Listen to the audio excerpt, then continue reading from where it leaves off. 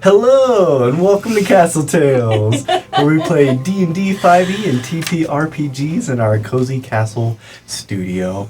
Welcome back to the Cozy Castle studio, not in the living room anymore, watching very dark, dramatic vampires. Oh. Anyways,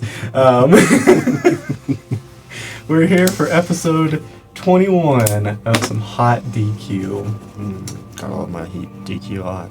Nice, spicy off the grill DQ. That's how we like it. Alright, well, first sponsor goes to the spicy DQ, not Dairy Queen, but the DQ. It's nobody. It's nobody. But thank you, Tabletop Audio. We still love your audio and its tabletop uses of its audio. Thank you so much. You make great music for all TTRPG scenes and situations, even other kinds of games. You got sci-fi.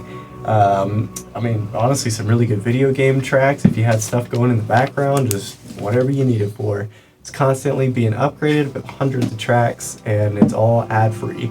You can give them a couple bucks on Patreon if it so suits you, but otherwise you get just awesome content from them, and we really appreciate you. Thank you very much to you, Tabletop Audio. You know, maybe one day you'll see these videos and know how much we appreciate you. But until then, we'll be using, what are we listening to tonight? What are we listening to? Sun Dappled Trail. Ooh, that's a pretty name. Right? It's a very good track to start our adventure. You don't hear Dapple very often. No. It's a good one. Have anything else queued up? Yeah, we got some Carriage Journey. Some Oregon Trail. I love that that's a track in here, fucking Oregon Trail. They got a lot of good travel tracks. Like, I kind of just keep them on shuffle. There's some spooky ones and all kinds of good stuff. And we'll probably swap over to what's the one I use for, I think it's like Pit Fighter or Pit Gladiator that I use for combat a lot. I really like that one. And then, I don't know what rain one I'll use, but I'm sure they got a good one, so. I think there's a Rainy Village one I really like. That one's pretty good. Some drips and droops. Some drippy and droopies, yeah. Well, I also like to give a shout out to Moravoy over on Patreon. He makes some splendid maps for D&D adventures. He's done a lot of Tyranny of Dragons, which includes Hot DQ. So you can check him out over on Patreon as well. He just likes a shout out for using his content. So there you go. There's your shout out. We love small artists around here. Yeah. And I love like homebrew D&D stuff too, because someone, they put all the time and love into this because they were using it. So it's nice that you get it. Gets more love and use out of it. So. Yeah. Thank you to Magic Owl for being our DM tonight. Appreciate you. Thank you. Thank you for being my players on this lovely journey. We got Gormsh, the half-orc paladin, ready to clap some cheeks with my trusty buddy Ganache.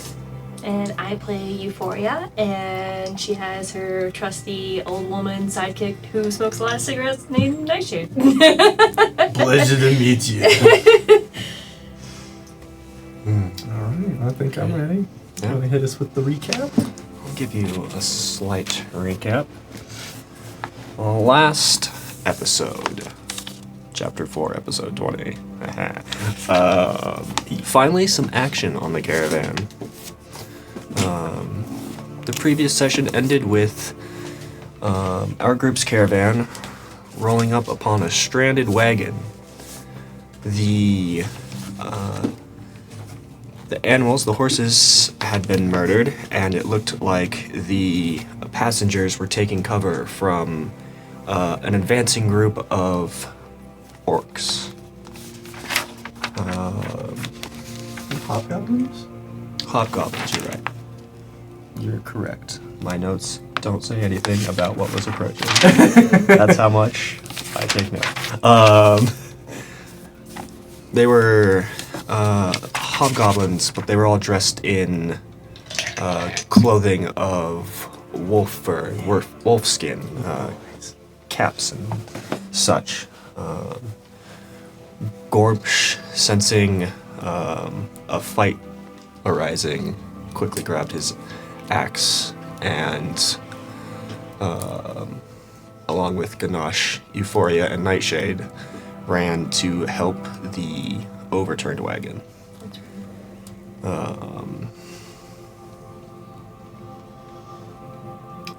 Gormsh did try to persuade... What's his name? Your lovely... What's his name? Oin, your employer, to pay you more money to stop these hobgoblins from attacking a different person's wagon. Yeah. That did happen. He was not impressed. Gormsh wanted to save the day anyways. That did happen. You miss every shot you don't take. Yeah, I mean... Combat ensued, and once all of the hobgoblins were either killed or driven off, you found a young merchant with his 3 guards hiding underneath underneath the wagon. Euphoria bought a horse from someone else who had 2, but was only really needing 1. And she gave that horse to the merchant to continue pulling his wagon with the caravan. It seems you guys traveled for maybe a couple of more hours before breaking down and setting up camp for the evening. And that's where we left off. Does anyone have anything to add?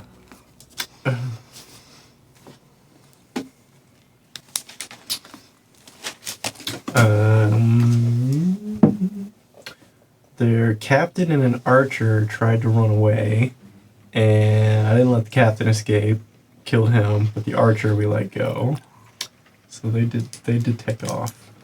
And we're camped in the Fields of the Dead, which seems like a very hospitable place. Yeah. Technically this fire shouldn't be... There's no fire going on right now. The sight of smoke and fire seems to draw monsters from all over this land, and almost send them into sort of a frenzy. So no one's had a fire lit for the last 3 to 4 days now. Been eating dried meats and vegetables, oats.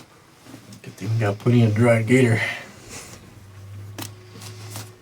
Also, I just realized what your t-shirt is Jurassic Park of them fucking getting eaten by the goddamn raptor. And the T-Rex. But they're like little pop vinyls. Yeah. That was a great shirt. They're also happy about being eaten by the T-Rex. Yeah. All right.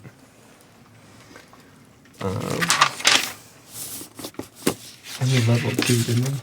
Did you know that? What? We leveled at the end of that? No. You got 54 more days of traveling before that, buddy. It is the start of day 6. You haven't been able to rest fully yet. If you remember, Celebon had said that every 7th day was the day of rest, to let the animals recuperate from the rugged roads for the last few days. Very rugged. Very rugged with hobgoblin corpses.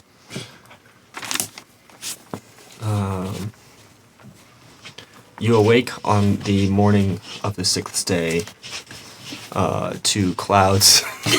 Sorry. To a cat Bubby. scratching at your door. I know that's Bubby too. You see overhead that while the sun is kind of shining through, it's mostly cloud cover, and it kind of looks like maybe stormy clouds as well.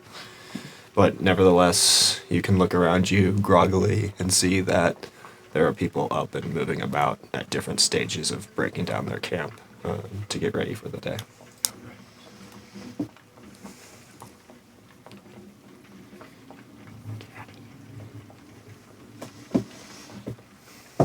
Did the people that we, I guess, rescued yesterday, technically, I don't know if that was really a rescue, we just kind of like stumbled upon and helped them. Did they camp with our caravans, or did they keep going? They are now a part of your caravan. Oh, okay, cool. They have joined in, and they don't want to travel El Solo Dolo anymore. Solid. All right. Yeah, are they? You said that pretty much everybody's up and about different parts of the way through packing up. I'll go over to him and just say, see how he's doing. And as he's packing some stuff up, I'll maybe like grab a box, and then just like really, just overzealous, like just really flexes. I'm like picking it up and be like, so did you have you found any other guards to hire for your caravan? Or, You want to do a strength check for me? Oh, God. I got disadvantage too. So funny. You have a disadvantage to strength? Yeah, because I have exhaustion from trying to stay up to guard your cloak. I've had exhaustion for 6 fucking days. Oh. You can, let's take that away. It's garbage roll. Either way. Either way, okay. It doesn't matter. Disadvantage 11. Got one more day of exhaustion. I'll be fine. 11. Alright, if you're willing to take it for one more day. 11.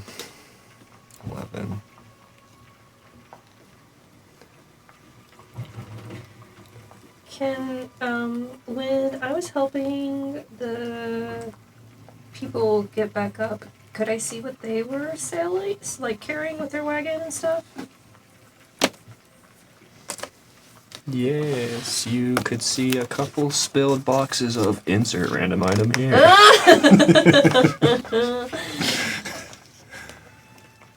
The white placeholder is up there. No. Opie smells exceptionally like old woman today.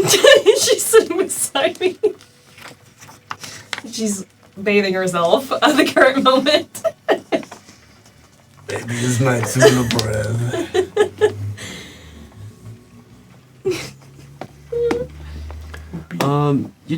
You saw on, especially on one of the boxes that had been like smashed and turned over, maybe you saw a few like pots that had been broken since they were dropped, like clay pots, porcelain pots that seem broken, and plates. It looks like he has dishware, maybe vases and other such clay materials. Okay. You're 11.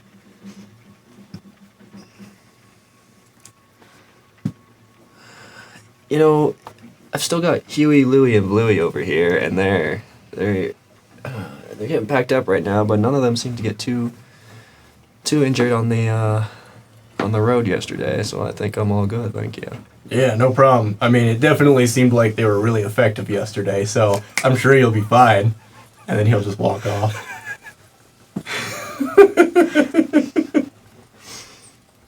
Okay. The young merchant's just gonna turn back around, just like packing stuff up. Let me off from behind me. Fucking half orcs. Goddamn. Always trying to get my money. Wait, this is a different guy.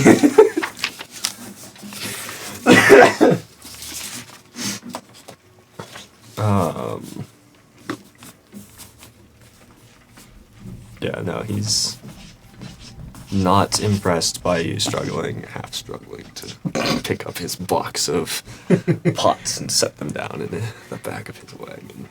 I don't know why this is the second strength check I've done poorly on. I have a +4. I I'm know. literally an 18 in strength, and I'm like, See, you gotta do it to not impress anyone. That's the thing. Alright. Euphoria, are you doing anything this morning? I don't think so. Just, is there any sign of, like, the caravan that was being, like, really weird around us? With long nose and stuff? No, you haven't really seen any more activity around your wagon, Okay. your area. It doesn't look like anyone's been snooping around for a cloak or anything again. Okay. Why don't you roll a perception check? Okay.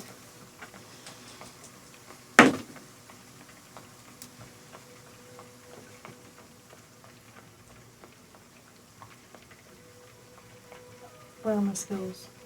I know puppy. Did you hear that? 17? I'll say this morning everyone's feeling pretty tired and agitated from the last few days with not having a warm meal to the scare on the road yesterday, and you can actually see maybe a fight breaking out at the food line. It looks to be like some of the cult members are maybe trying to push their way to the front, like Oh. they're trying to rush to get food in so they can keep packing up. Okay. Okay. I think she's gonna just like she observes that for a moment and sees them getting a little bit aggressive and just maybe in a lower tone, but towards the back, she's like standing behind everybody in line. She's just like, "Hey, we've got enough food for everyone," and see if it just like has them calm down a little bit.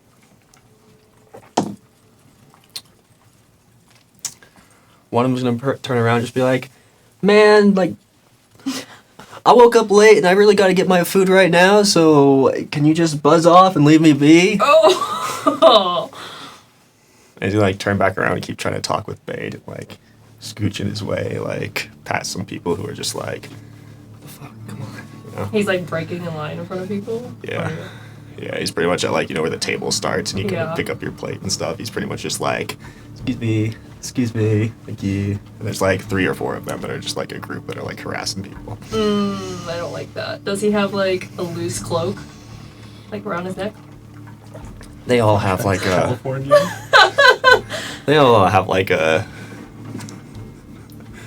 whenever I think of cloak, I think of like, sorry, this is side trade. The Invincible is like, you never wear a cape. Okay. Yeah, they all have a cape or cloak on that's kind of wrapped up. It's kind of a chillier morning. Okay. Is it in reach for me to grab? I'd say you'd have to take a couple steps forward out of line yourself, but yes. Okay. I want to do that. How roughly are you grabbing his like? Enough to pull him back to stop him. Especially if he's like, I imagine he's like breaking in front of somebody that is like not so tough. So. He's actually breaking in front of a young lady that you both have seen on this trip, but you haven't really approached or talked to. She's covered head to toe in green. Her hair, her skin, her nails, anything you see when you look at her is just green. And she looks really like shy and like kind of reserved from what they're doing. Okay. If you'd like to make a strength check. Yes, I would love to. Have we seen what caravan she's been a part of? She's been a part of your caravan, but she's riding in a different wagon. She's always kind of been a few wagons behind or in front of you. Okay. She's just like a passenger is what it's looked like to you. Okay. Sorry, I meant what wagon she's been in. Okay. I didn't recall the description. I was curious. Why is it me and you in strength rolls? I rolled a 2, but together it's a 5. So. I'll say you jerk on it like hard enough to get his like neck to, you know, like shit, like his whole head like whips back, but nothing like, and he might take like a step back because of that, but not much. You don't drag him out of line. Or anything. Okay. It's like he grabs his cloak. He's like, "Hey, who did that?" He stares up at you. He's like, "Give him my cloak," and he tears it out of your hands. "What do you want?" Why are you being such a punk? "I'm hungry." We're all hungry. "Well, wait in line." You wait in line. I'm hungry now. I think the lady, the ma'am, the missus was in front of you first. She tries to speak up like, no, really, it's okay. He can go. I'm not that hungry anyways. But you can kind of see on her face she's like upset by it, but she doesn't want to cause a scene, kind of thing. So and he's gonna stay there unless you pull him out of the line fully. Okay. I was gonna fuck his shit up. You can see that Bade is kind of looking between the people, and he finally stands up and says, "You know what? I'm sick of you guys always bullying me and trying to get more food than the rest of the caravan. Get to the back of the line if you want any food today." And the guy that you pulled the robe on kind of looks up at you and he's like, "I'll remember this." He's like, "Come on, guys, let's get out of here." They grumble to the back of the line. Euphoria just like has her arms crossed. She's kind of like flexing a little bit, but she's got her back straight. And Pop those traps a little. yeah. And I want to buy the lady an extra meal. Okay. She's like, "Oh, thank you so much. You don't have to do that. Really, it's really okay. No, it's my treat. I have to after that Oh. selfish jerk. Thank you so much." She's just like shy and sweet. I'm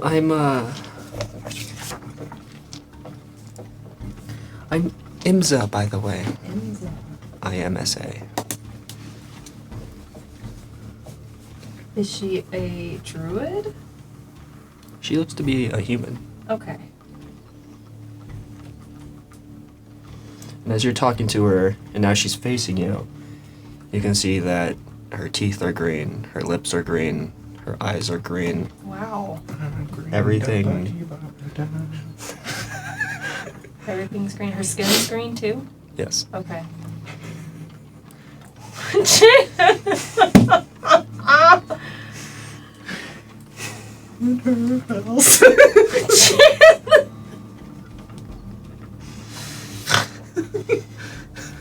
And all day and all night. Everything is green for her. I will make you. She's just screaming. Oh, it's hot here. Would you be like looking at her kind of quizzically? Or Yeah, I think so. She would notice and say, "You're probably wondering about the green, huh?" It's a little different. She gives you a slight like chuckle in her mouth.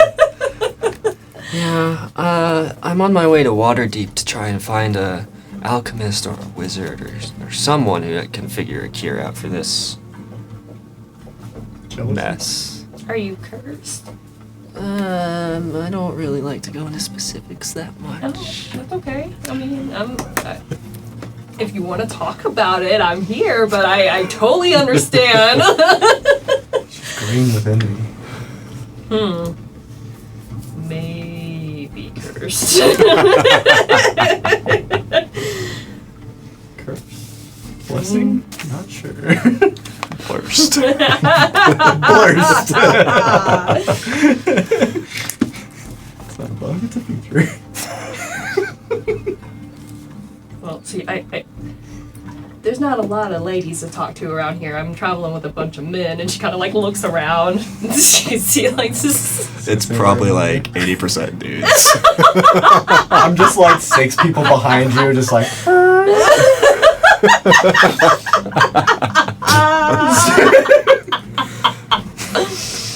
So if you want a ladies talk, just let me know. I'm just saying no. And she's gonna like try to be cool and nonchalant and walk away, but like give her the thought of, hey, you know, if you want to talk, I'm here. Ladies talk, you know.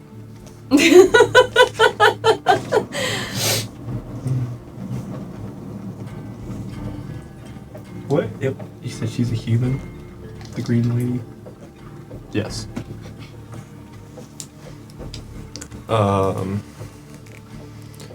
She says, that I might take you up on that. I'm just traveling with Enom over there. He's the teamster of our wagon.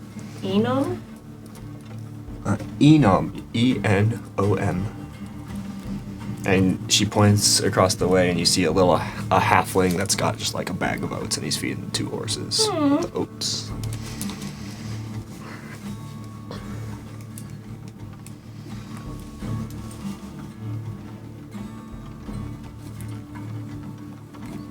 Did the cultists go to the back of the line, or did they just walk off? They went to the back of the line. Okay. They're all grumbling to each other and like shooting dirty looks over their shoulders at Euphoria. Okay.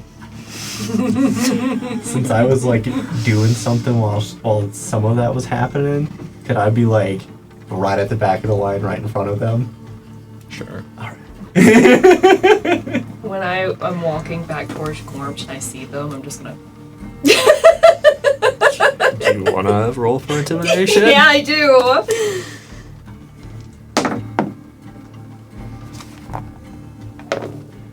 $17.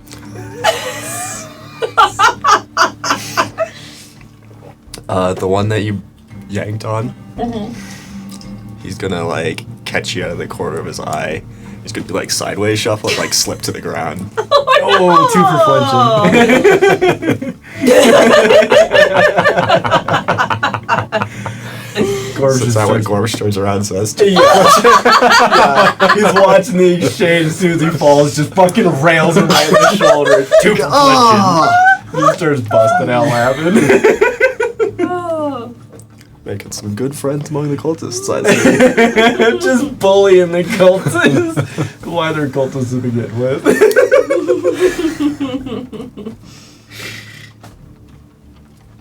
Fucking Gormsh picking his nose with death.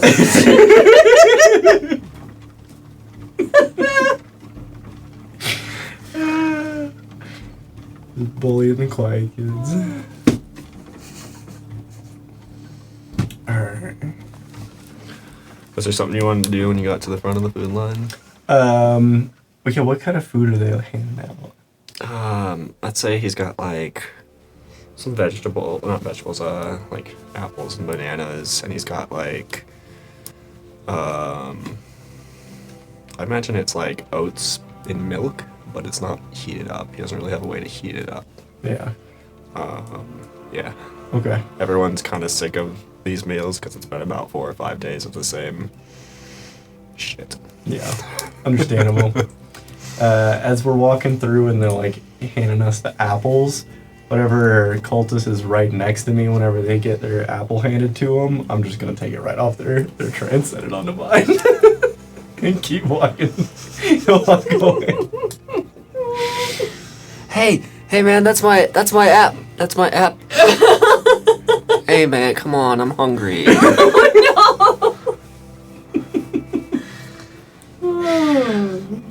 I'm just walking off with his apple, just ignoring him.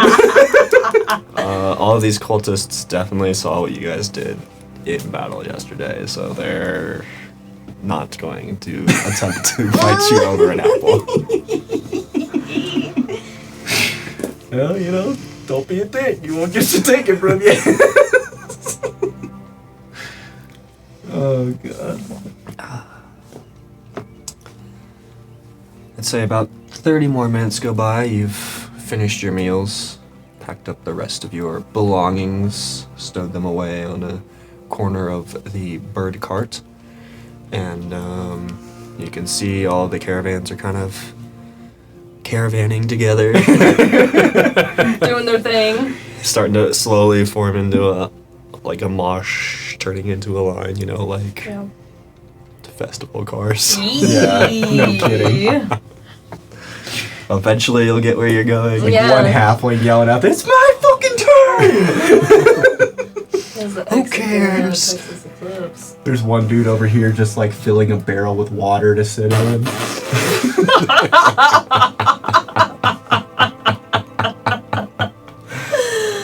Oh, God.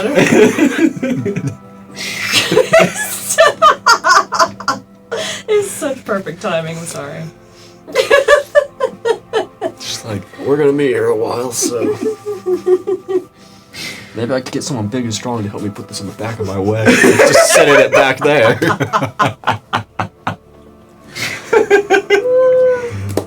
Bet. Is this the strength roll? I'm gonna succeed.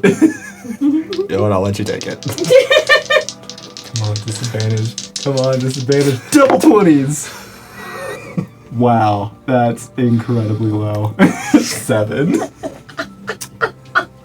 You see this man kind of Just rolled 2 struggling with 20s the before barrel. we started the game. I swear to God. You see him kind of struggling with the barrel, and you're like eager to help. And you run over there, grab it, and you pretty much try to help him lift it, but you guys are kind of uneven sides, and you end it up just sloshes. splashing, picking it up and splashing it over onto him. Oh no! Is it a hot day or a cold day today? Oh, there's cloud cover this morning. It's kind of a chilly morning. No! What the fuck, man? What's wrong with you? Misunderstood the assignment, my bad. I thought you were showering, you know. I thought it was a weird way to do that. No, I just wanted to take a You bath. smell better, though, so, you know. I didn't want my clothes wet, though. I just wanted to, sit in the barrel in the back of my wagon. Oh.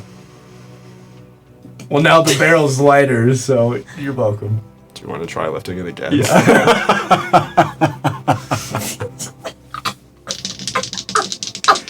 Come on, double ones. This one I rolled decent on. 16 with disadvantage. I'll say you easily pick up. I hate this trick. I hate this trick. You just grab the rim of the barrel this time. You're like, see, much lighter. And you just lift it up with one hand. You're welcome. Just set it in there. Like that much in the bottom.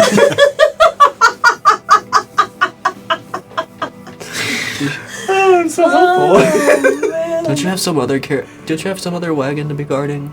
Yeah, you're right, I do actually. Let me know if you want to hire me. You just see it he's just taking his shirt off and just raking it off to the side. It's I don't think you're gonna make much more money, man. You go back over to the fucking wagon. How'd that work out for you? You're considering it.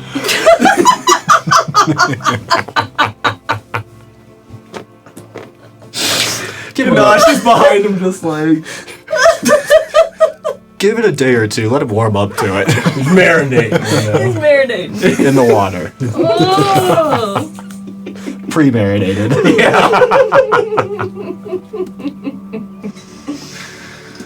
Oh, man. Shit is the brining. God damn. I don't make more than 5 gold a day, damn it.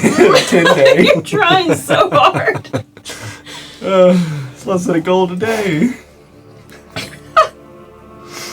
And the horses that make more than that. Damn.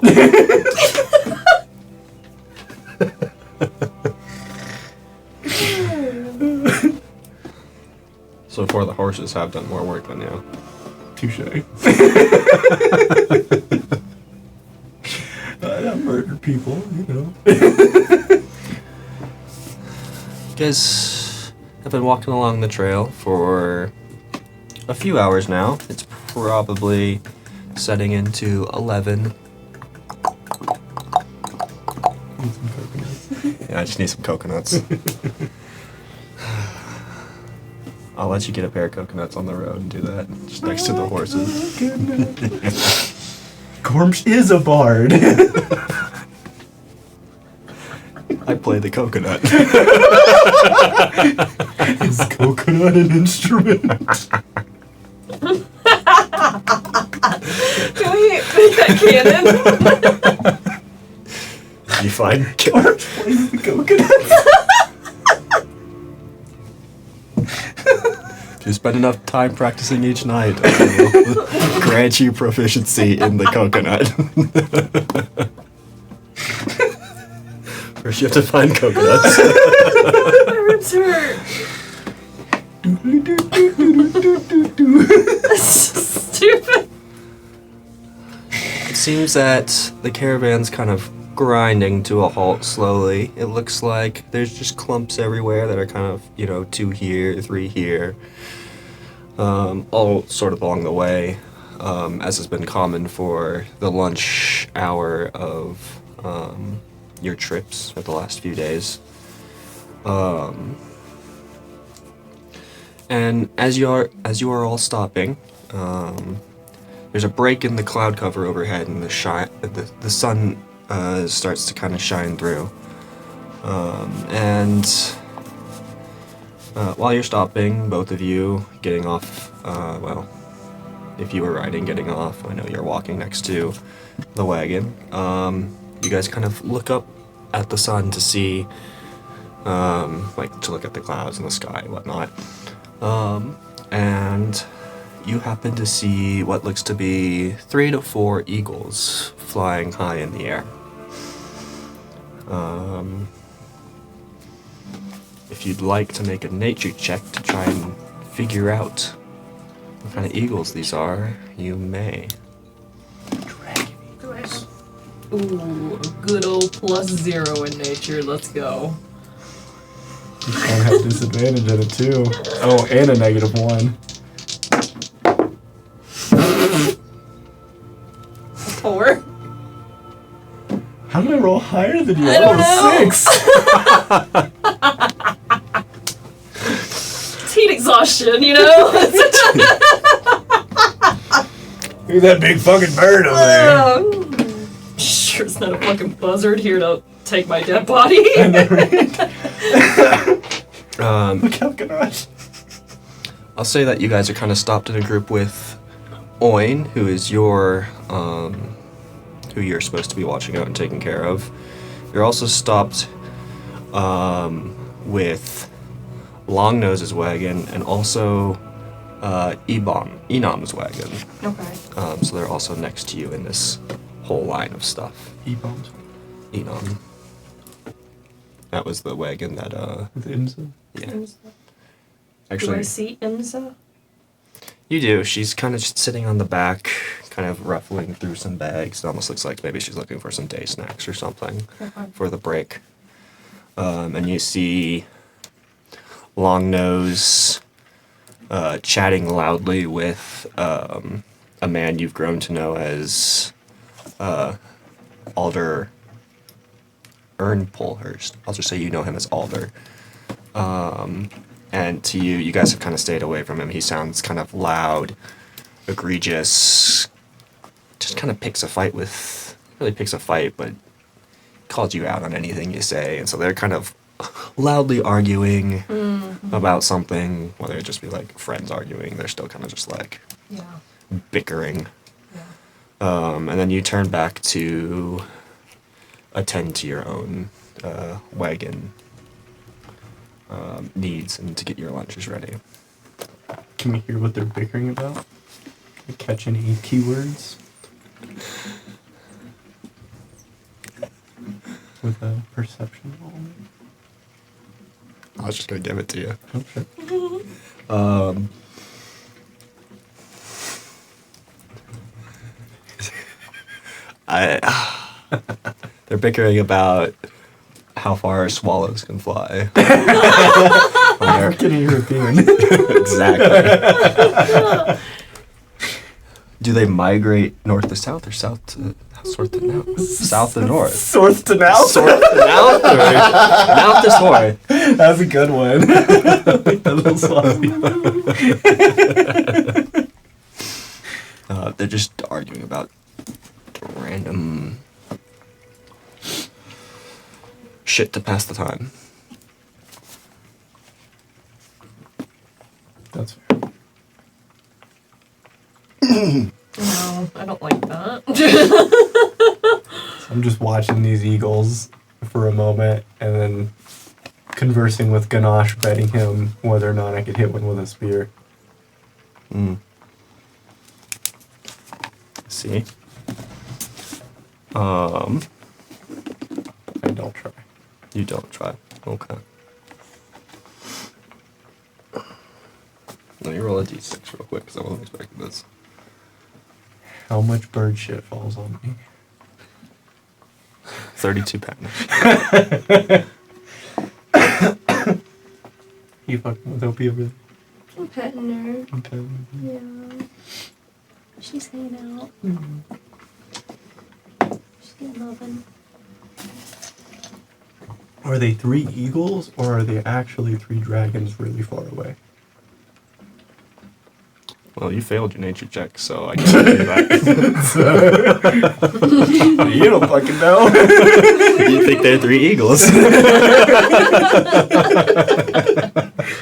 It's like eagles to me.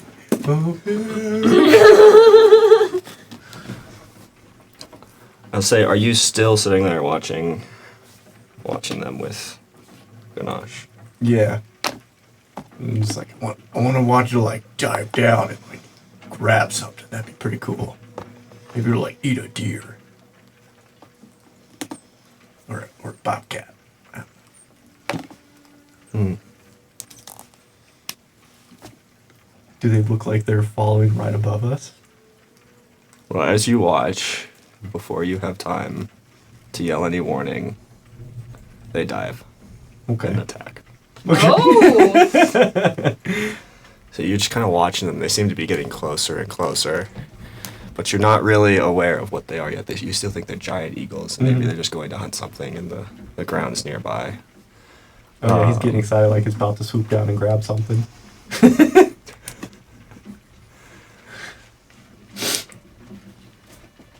Odds will be Gormsh. Evens will be Euphoria. Okay. I want Oh, to no. fly. Send me away with the mind goblins. Unfortunately, that was even. Oh. Gormsh, you see as a Perryton. What the fuck is that? That's what you guys wrote on in Witchlight. Ah. Yeah. Yeah. Screaming out of the sky. And it strikes Euphoria with a dive attack. Now the oh no was because I rolled a nat 20 on the first die for their 3 dive bombs. Oh my god!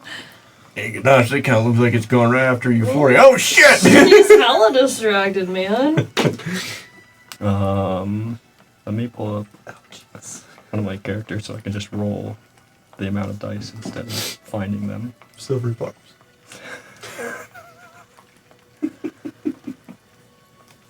Euphoria. You don't see this coming at all. You're like working at the side of the wagon a little bit, maybe kind of walking away with your bag. Maybe you're looking over at Imza to see what she's doing. And you just get sideswiped by the talons of a diving Perryton. And it just, all the speed and momentum drills you, drives you down to the ground, and you take 23 points of damage. Can't like the dive bomb hawks or whatever hit stuff at like 70 miles per hour or something? I think so. To, It's just swoop like down and this. just, like, yeah. The speed and impact is just Yeah. what kills the mice or whatever. Yeah. Wow. There's a hawk that like dives and just punches stuff in the face at like 70 miles an hour. It's fucking crazy. There's a type of fish that has like it spits air or something that does that too, but it spits it so fast that it blows up the water around it. It's so hot and fast that it just obliterates the Wow. shells of like crabs and stuff. Oh, that's wow. wild. I want to look that up later. Right? I'd be fascinated with that. Ocean stuff's crazy. I love oceans. But no, you're slammed to the ground. You're prone and you took 23 points. Oh. 13. Oh, just got sucker punched by a fucking giant eagle. Ouchies. Just imagine that. Yeah, she was like behind the wagon, tied some stuff up, but she was distracted by Imza. And she was about to lean over and ask Gormsh and be like, yo, she's not an orc though. She's not like you. Like, I don't under. And then it just immediately just gets smacked by fucking. I feel like Gormsh is just like, yeah, she's wearing green face. I don't know how to feel about it. Just trying to ignore her. I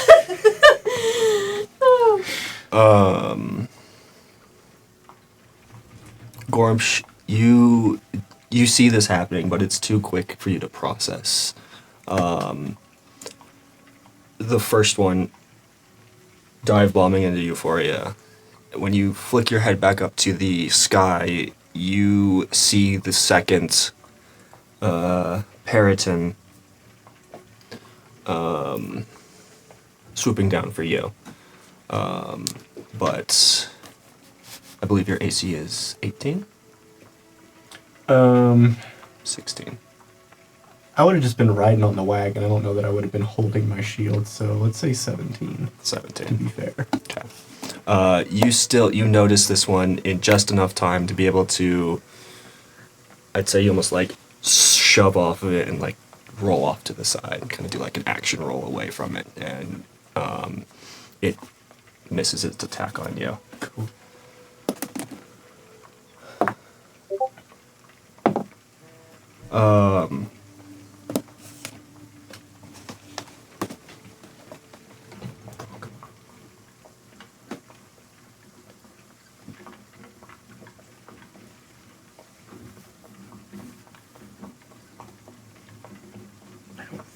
Just give me basic ass halfling stats. Like, oh, okay, never mind.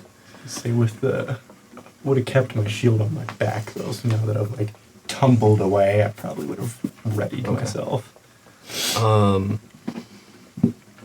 You also see the man that Longnose was arguing with.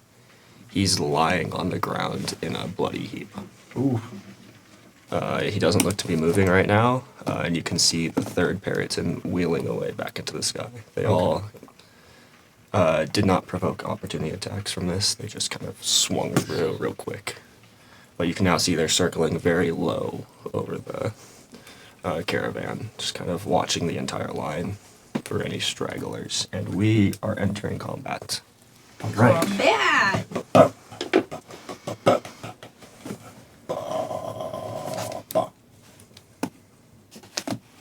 I really wanted it to hit Gormsh. I did. It's okay. He hit me with a shitlord of a joke before session started.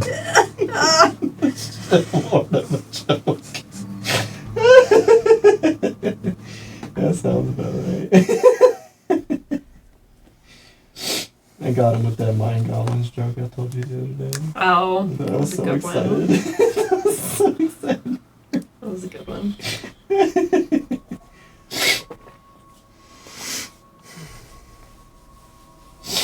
I thought I had like fighting with some harpies or something. This one. Ice Dragon and Skirmish. Let's go. Let's do Skirmish.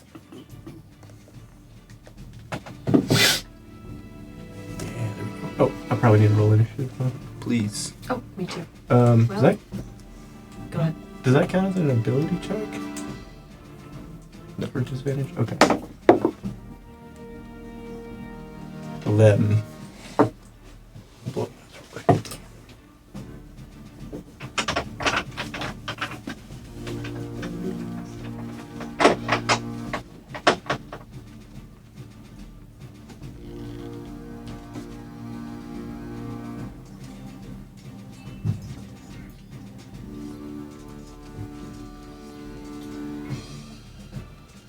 Too many stats.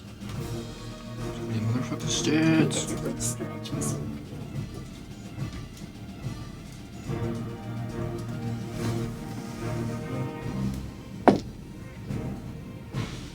He said 11, right? Yes. Yeah. And your AC is 14, yes? Yes. You have 13 left. Got fucking bopped. I'm scared, man. Am I in initiative? I'm prone. You can roll for initiative. Okay. And you can use... Where's my prone? You can use half of your max speed to stand. If Okay. you make an attack while you're on the ground, you have disadvantage, and people have advantage if you're still prone. Okay. So- What? Oh, sorry, go ahead. Oh, so yes, you can roll for initiative. Okay, 16 then. And you can roll for the homies too, if you'd like. The homies. Okay.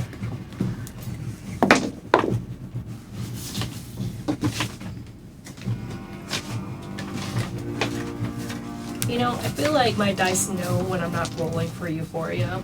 I feel like this specific dice does know.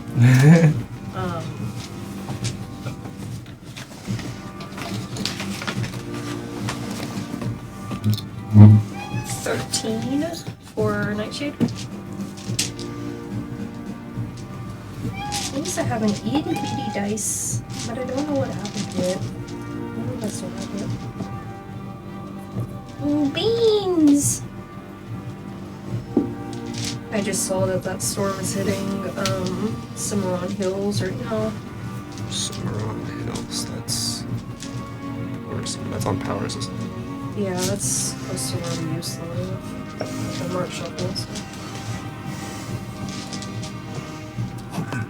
Lovely.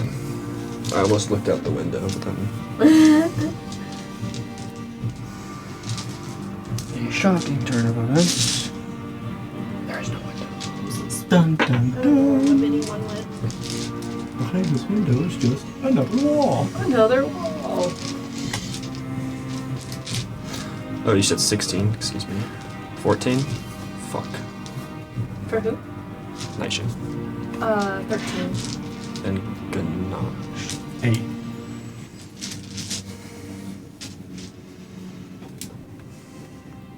Okay.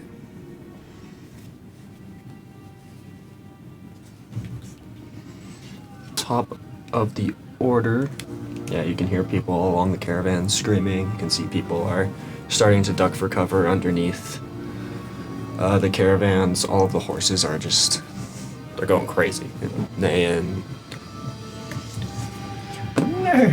bucking up on their high legs. You can see like wagons are moving because the horses are also starting to move. I don't like it. No. Can you not decide what you want to do?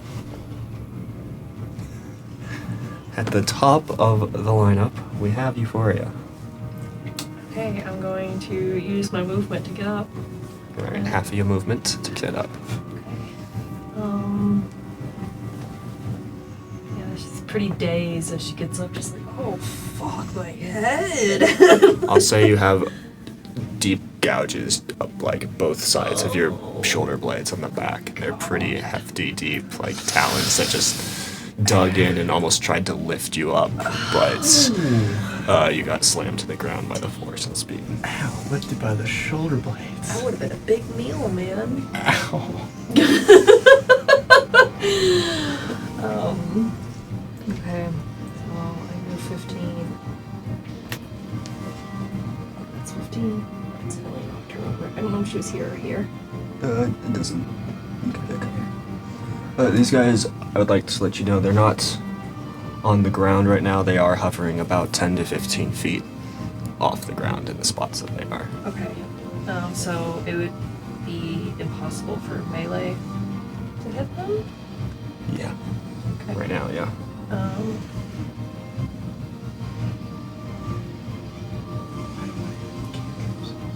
Shoot, man. Rip to be.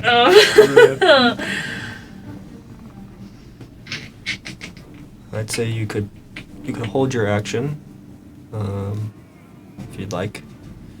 That might be effective. Or anything else you can think of.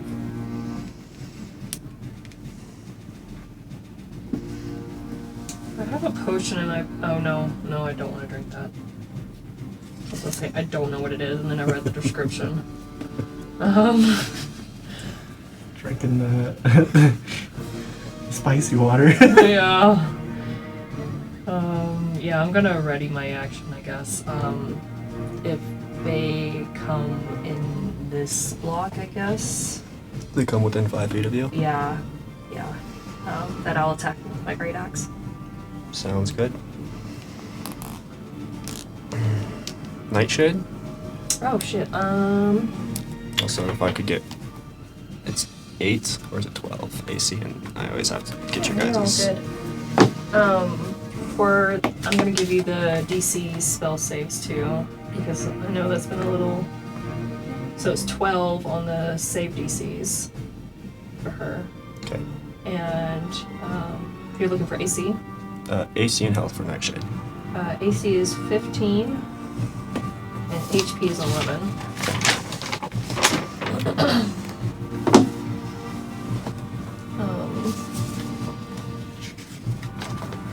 Shit, man.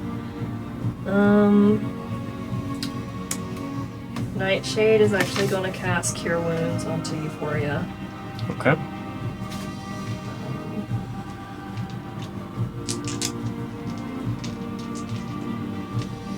Super quick. Throughout the travels, I know we haven't gotten a long rest. Would we have been able to take a short rest? Does that heal exhaustion? Because yes. No, it does not heal exhaustion. Okay. I would count each night that hasn't been a long rest as a short rest. Okay. The creature you touch regains a number of hit points equal to 1d8 plus your spellcasting ability modifier. What is her? Where do you find that? Mm, I won't be spellcasters enough to know. what is your? I have notes on that. Hold on. It's going to be either wisdom or intelligence bonus modifier. But are you casting this as a as a spell from your race, for being a fairy, or are you casting this as a spell for being a healer? That is a great question. I have no idea. I imagine it's from being a healer. Yeah, the quickest way would be able to check your fairy spell list and if it's there or not. It is not there. Then you will use wisdom as your modifier, so 1d8 plus 2. Thank you, Owl.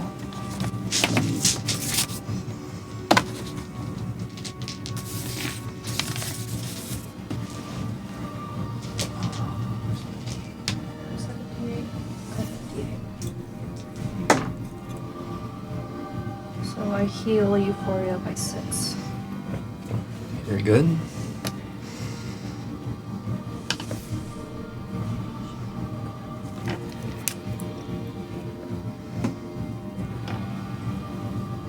And that is her turn. 19 out of like 37? Oh? No? Oh, out of 41. 41.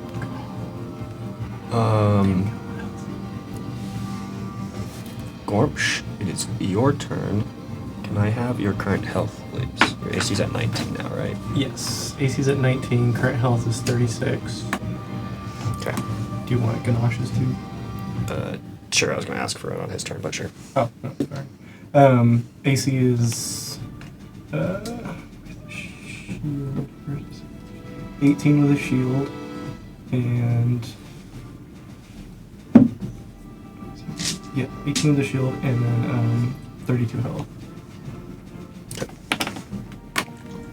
Okay, so he said they're all about 15 feet above us still. Euphoria is holding her action. Roughly how far is Euphoria from me? 20, 30 feet? 20. About 20 feet, okay.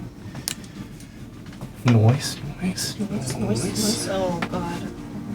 Noise. What's your AC? My AC, Euphoria's or Nightshades? Euphoria's. I think it's 14. Okay, Yeah, 14. cool. You hear some heavy metallic footsteps behind you as Gormsh takes a pretty fast quick step behind you.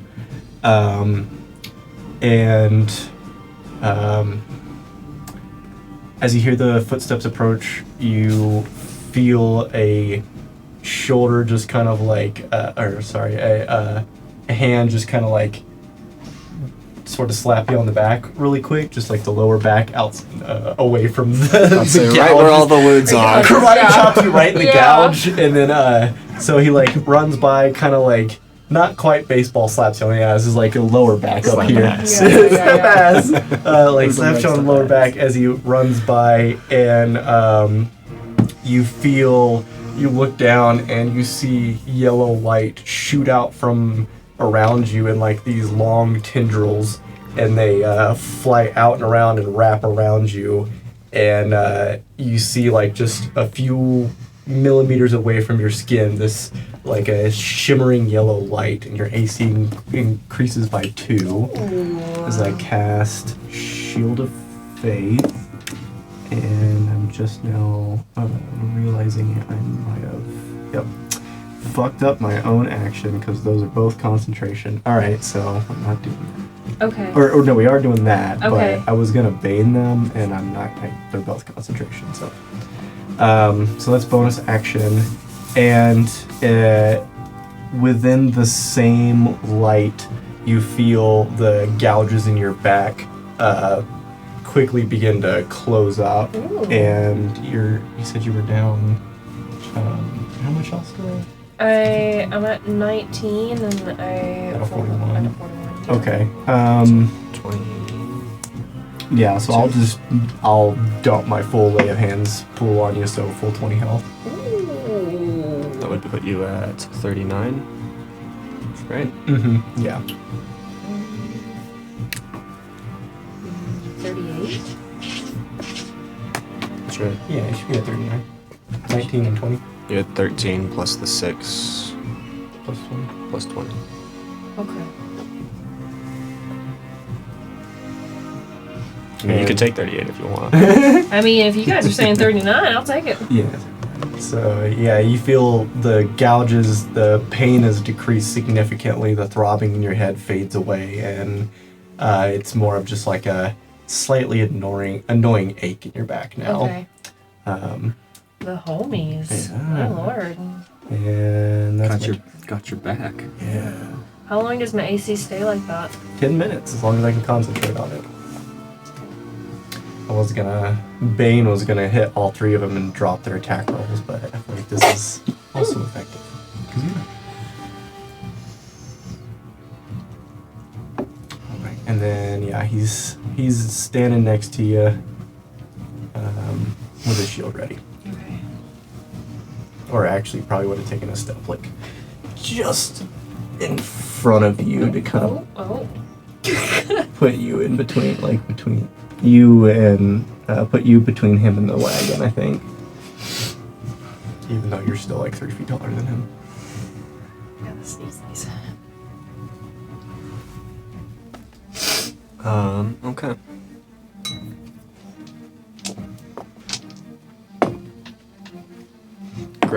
Great dice. Fantastic. You gave me one good roll tonight. Now we're fucked. That's all you get. I suppose Euphoria gets to make her attack first. As this one swoops in to attack you and moves within. Trigger that if statement. Yeah. Yay. Let's see, where's my shit? There's a 21 hit. The 21 hits.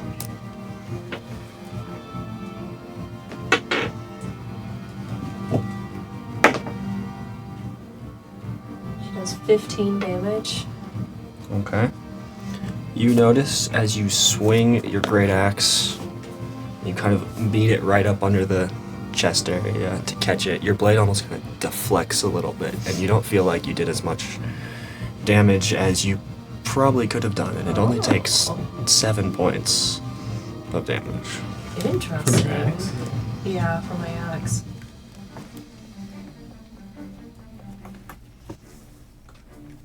I mean, I don't know this, but it's good to know. I guess I wouldn't have really been able to notice that, or? No, you still see a bit of blood and a gouge there, but you wouldn't really know that it did. Yeah. I'd say Euphoria might feel that because she's more familiar with her weapon and stuff. Yeah. Second Just one. above her head a little bit and just be like, man, it must have felt harder than I thought. I think I might have like a concussion or something. Alright. A little vertigo. A little vertigo. Oh, I forgot to roleplay the first one. The one that came and swooped down.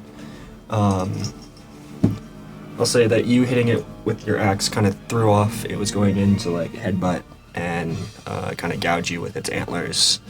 And when it missed that, it kind of screeches and makes one swipe with a claw, and it seems to miss that against you as well. Now you just got this giant eagle flapping right in front of you. Okay.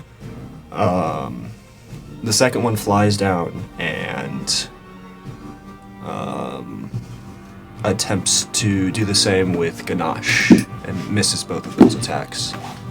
The third, Harrington.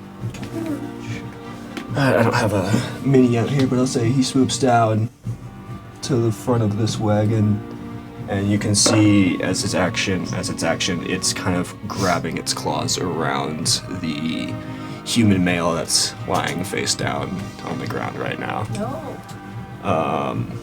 And that's its turn. Ganache. Ganache. All right.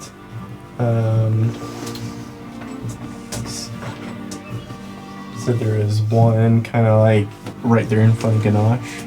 Yeah, there's one 5 feet in front of Ganache that came down to attack him. All right, cool. Let's see this one. So.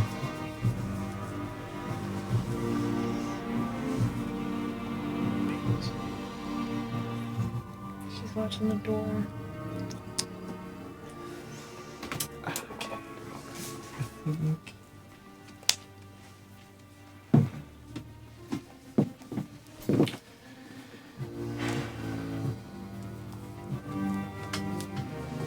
Ganache is gonna.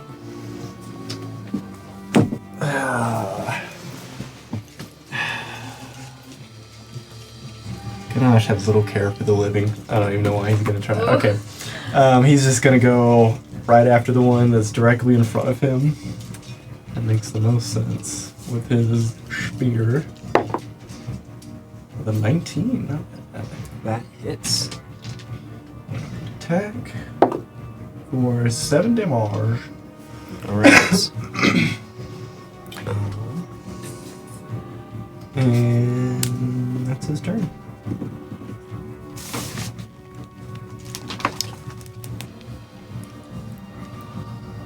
Without metagaming, Chandler, does Ganache have any magical weapons? No. Okay.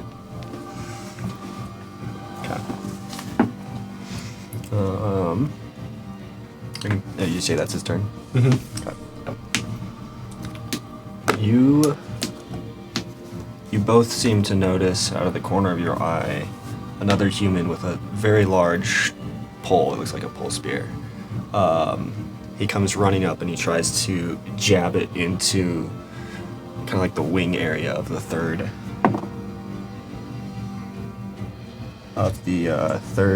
My 13 looks like an 18. Perryton.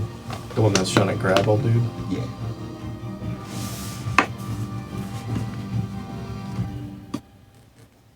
He's like, no one tall in here. He's supposed to be the tallest motherfucker ever, except Euphoria's taller and Gormsh is taller. I think there's an ogre in there that's pretty tall. Yeah, but you're not that tall. No, that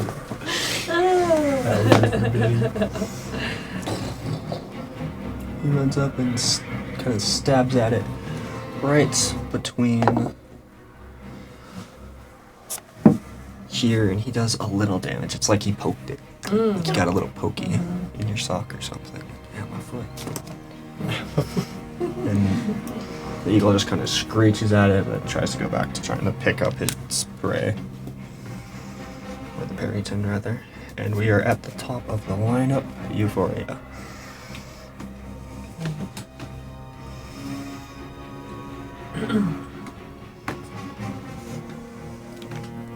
The first thing I thought of was like, is this Perryton wearing like some kind of whack armor or something? Like That's whack. It doesn't look like it. Doesn't look like it. looks Okay. like it's got fur and skin and bones and teeth. Okay. Yeah, she's go swinging again. Would you like? Never mind. Never mind, you play your character. Should I do a perception? I don't know. No, I Okay. shouldn't be saying things like that. That's on me.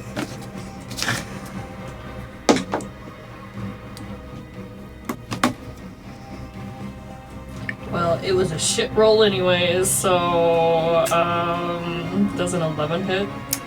Unfortunately not. Okay.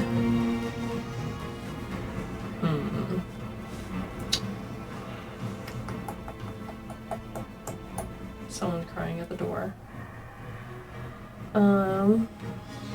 Oh, mean old Chan keeps putting water on the floor, so quit pulling at me. I don't know if I want to do this or not. Oh, I can only do that if I'm raging. Never mind. You do get a rest tonight. You do get a long rest tonight. Yeah, fuck it. I'd like to rage. Okay. Keep missing. And she's just gonna go into a rage out of her. You see her Mrs. Perryton and her axe go straight to the ground, and she pulls it back out, and you just hear like this like very primitive like growl come from her, and or like primal,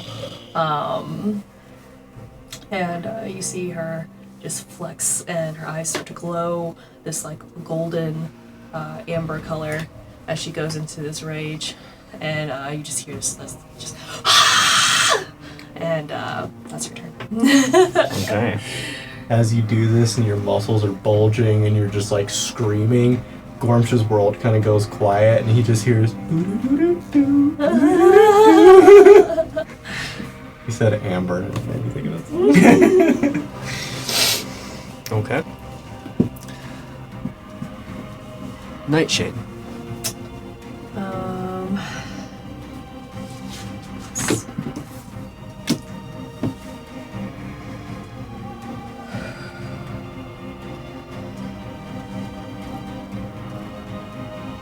How many Peritons are on the ground, or like they're all still like floating above the ground? All three of them are within ground range. Okay.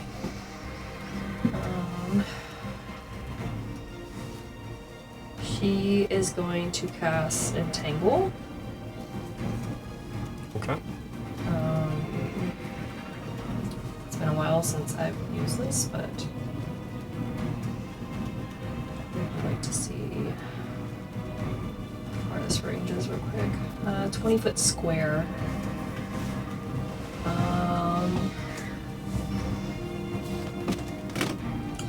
4x4 block. Yeah.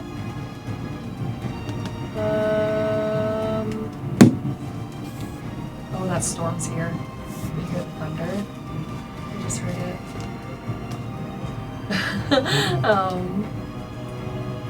I think I just heard it. Can you look outside? I don't know. It looked really bad down south, so I mean, I can tell by the window it's dark out. yeah. It's 7:30, so. We could take a weather break here at 7:30. She's gonna cast it on this Periton right there.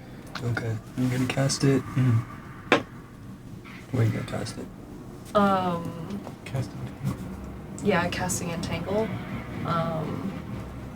And cast it, I guess, wherever his block starts. Where does his block start? I'd say he's probably like here. Okay. These four. Those four. He's that big. That's what she said.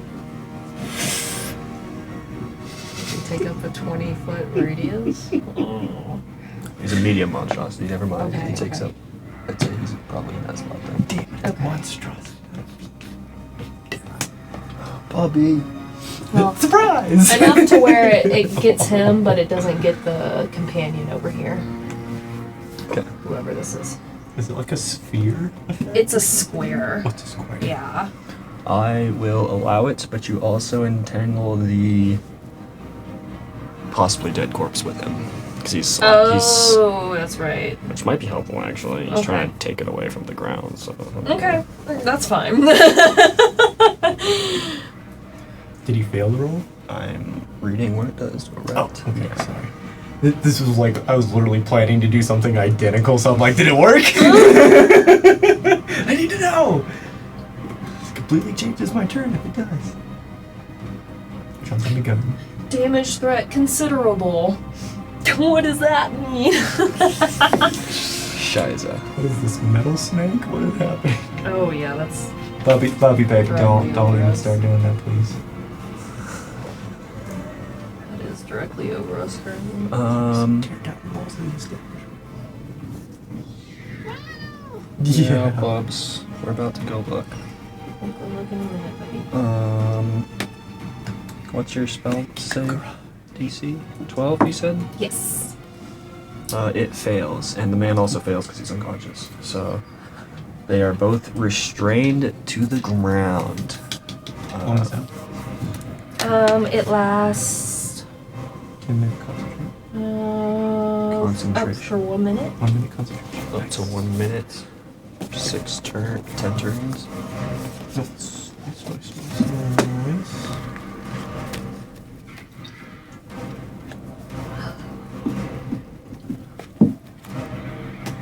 Yeah, sorry. You gotta do the butt bongos.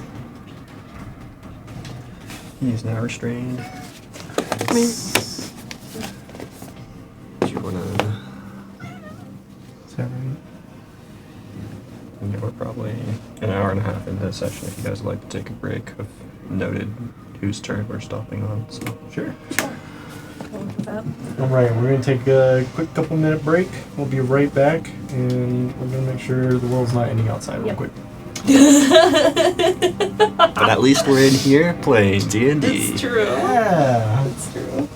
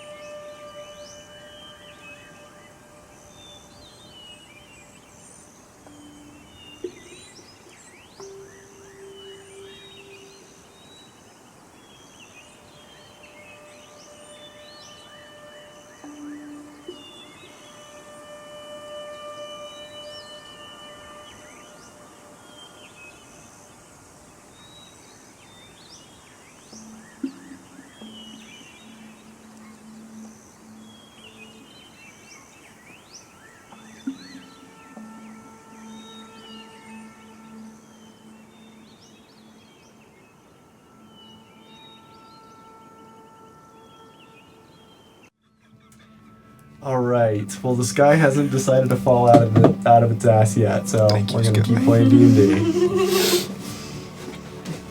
All right. We just ended with Nightshade's turn. She casted Entangle and managed to successfully capture one of the Perytons to the ground. I imagine that it's just sitting there. It's got its claws around this body that now has vines that have grown over the body itself. And the vines have kind of grown like over the body and up over its claws, so they're all like entangled together. And it's kind of like grown up its legs a bit as well. Okay. You can see that it's just kind of like flapping its wings and trying to fly away, but it can't. Okay. You ain't going nowhere, you overgrown chicken. Mama's cooking you tonight. You make me think of those Anolian chickens that I showed you before. The big one. Fucking Just giant came out of the fucking pen like, cuckoo! Oh, I think I remember that. God. Like this Fucking big yeah, guy. he's huge. Thank your younger brother. Ooh. Gormsh. Gorge. Orc.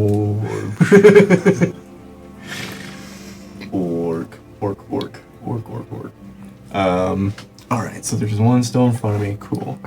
I am going to... Where to go? Double check that this is a bonus action. It does not need concentration. Correct.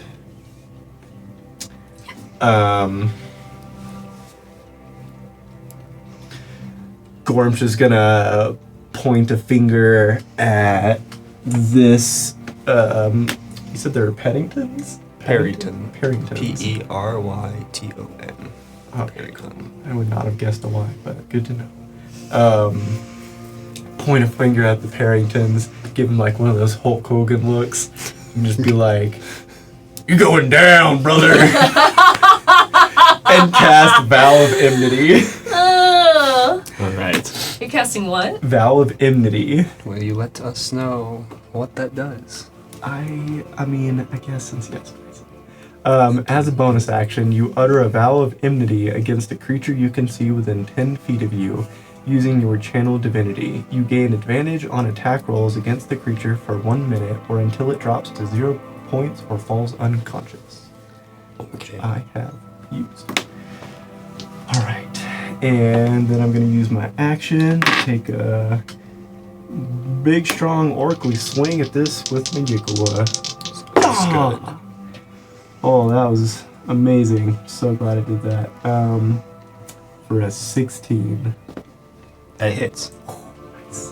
Four. I'm going to assume your first roll did not. It very did not.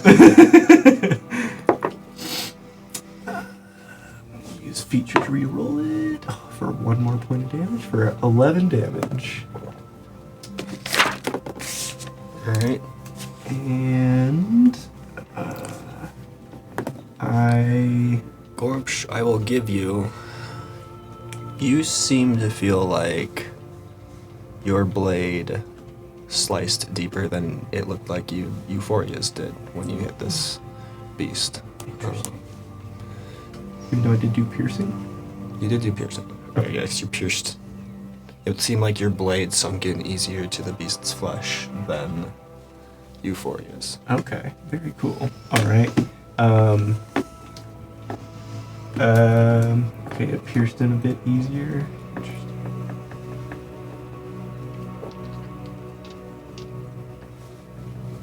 Then, you know what? Fuck it. We're gonna go for it. Full send.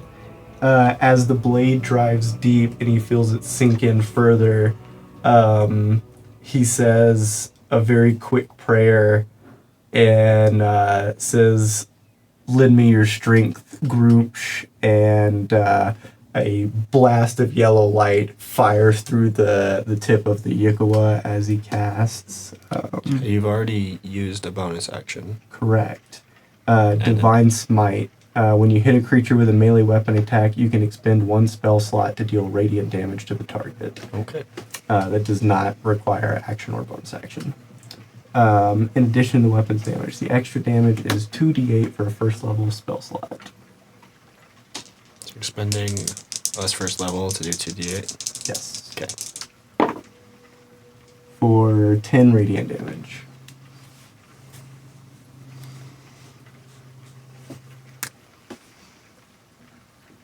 Alright, that's my turn. I'll say that you can almost see like this radiant energy flow through your blade and into the Perryton. And you can almost see it. It doesn't like explode or anything, but you can see the light almost flash around it, and you can tell that it's sitting there squawking and having a pretty rough time. Cool. Almost got chicken for dinner. That's my turn. Close to chicken. Close to chicken.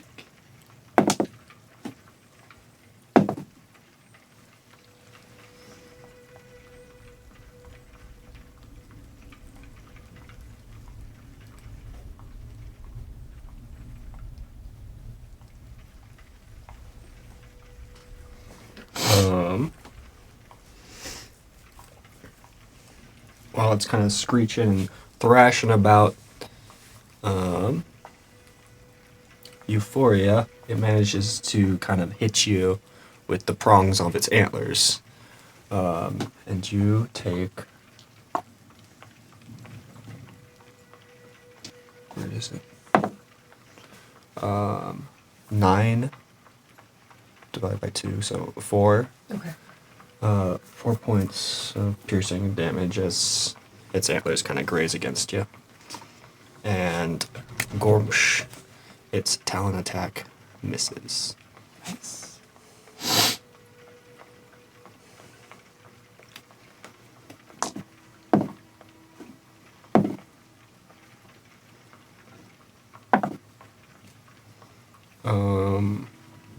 Ganache gets clattered upside the head as this Perryton that he's fighting just kind of like ducks down and makes a wide sweeping motion across. Just batters Ganache for 8 points of piercing. Gotcha. And it misses its talon attack. Tries to claw at him too. Does not.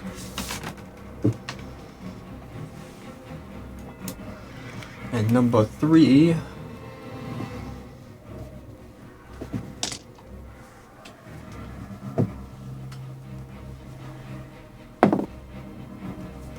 Is not as strong.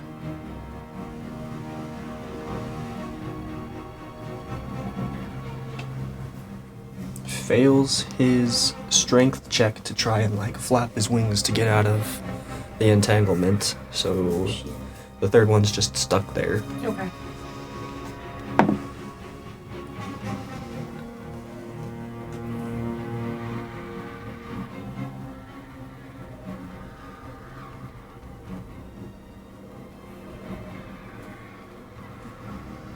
Which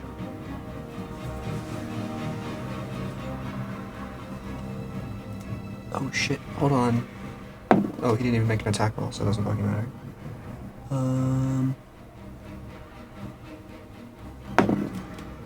Doesn't fucking matter.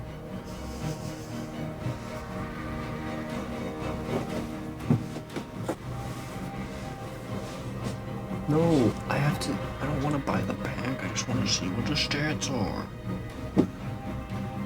Fucking care.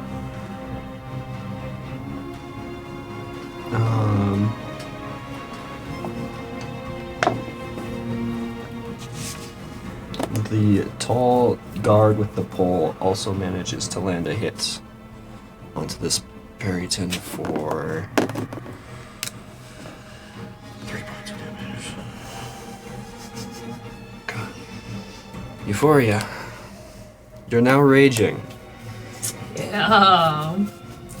Let's see. I feel like it's been a minute since I've raged.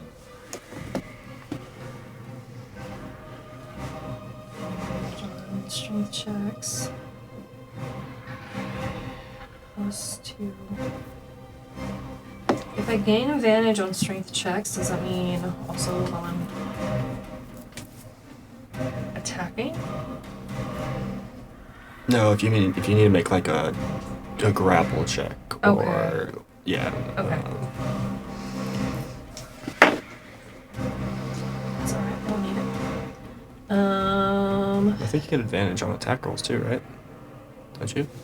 It says you gain advantage on strength checks and saving throws, not attacks. Oh, okay. Yeah.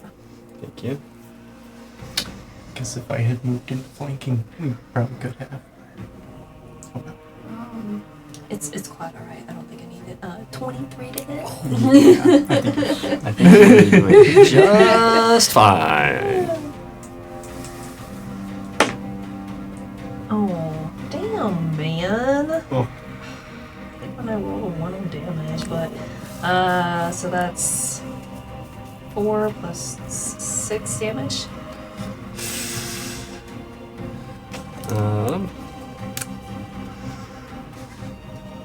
Just like you have right now, it has resistances to most common damages. Okay. And I'd say you can kind of tell that now after slicing it with your axe a couple of times, yet seeing his spear just seemed to slide right into it. Okay. That's what she said. But it's looking pretty haggard, Okay. pretty beat down. He's got damn resistance. Okay. Oh, that is my turn.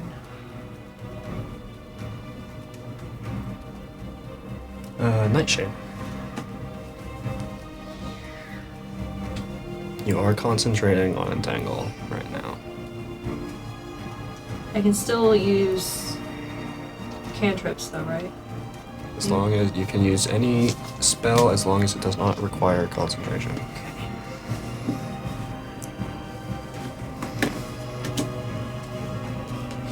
These chairs always get the best back pops. It's like the ones in high school where you could like.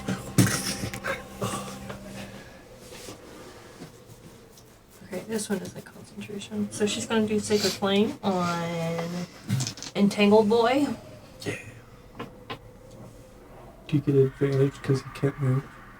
Or because it's, well, it's Or not 'cause it's actually a flame. You get attackers have advantage, but I don't know if she's not rolling an attack, so it's not like I have disadvantage on the roll. If it was a physical attack, I'd say yes, but what kind of save is it? Was it a what's It is Dexterity. Oh. That was helpful to ask. They do have disadvantage on dexterity saves when you're restrained. Ho ho! And it would have passed if it... No, it would have failed. It would have failed anyways. But, nonetheless, it did fail, so it will take the damage. Okay. Cool. With 8 damage. Oh yeah, I get a good sear on that chicken. Good burn. Nice. Oof da. Alright.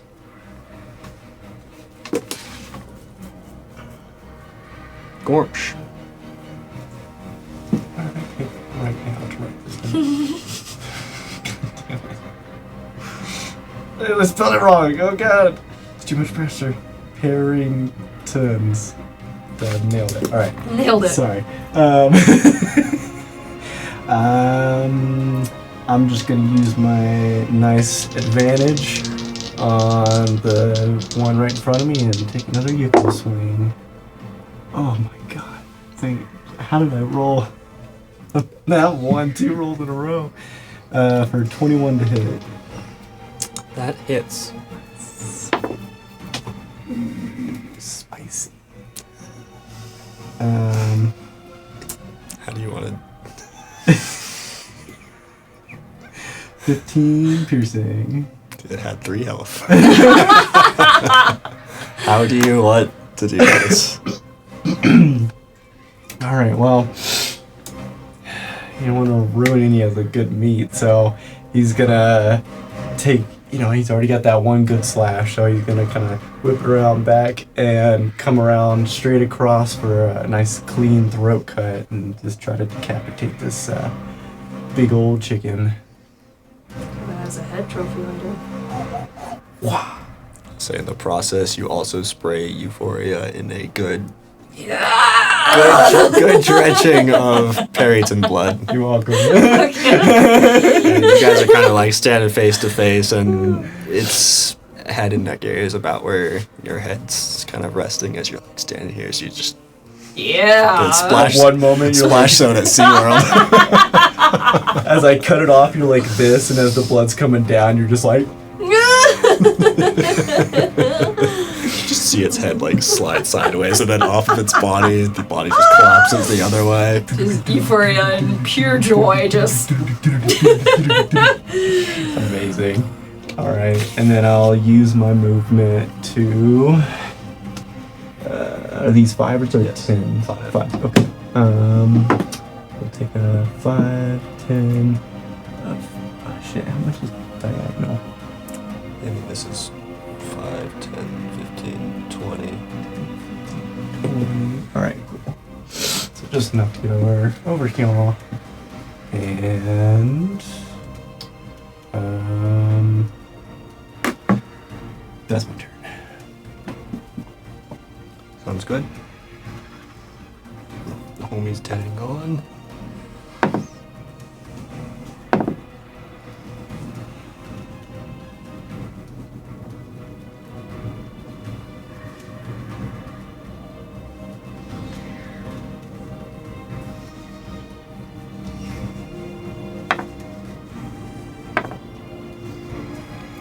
Ganache.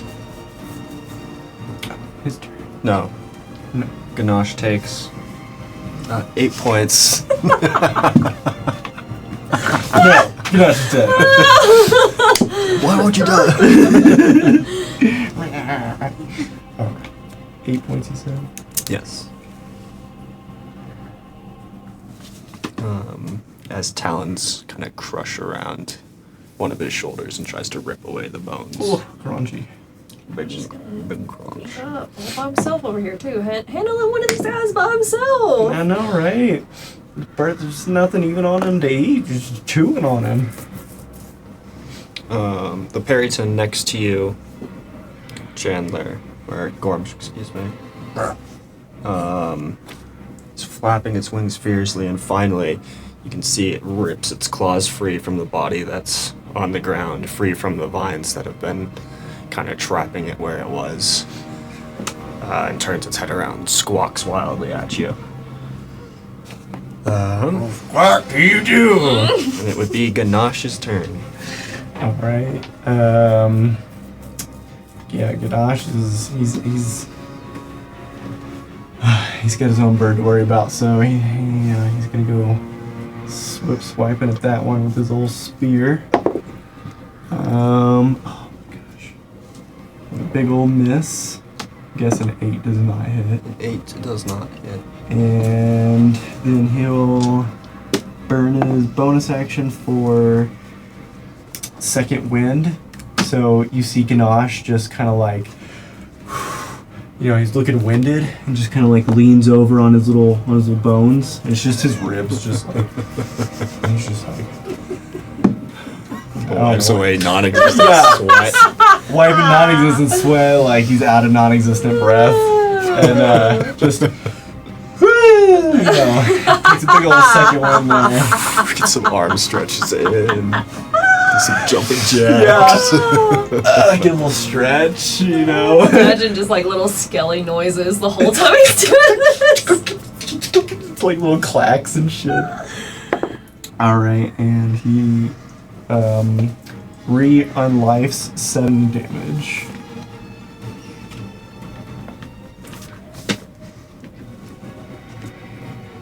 Cool, that's Back up to 25.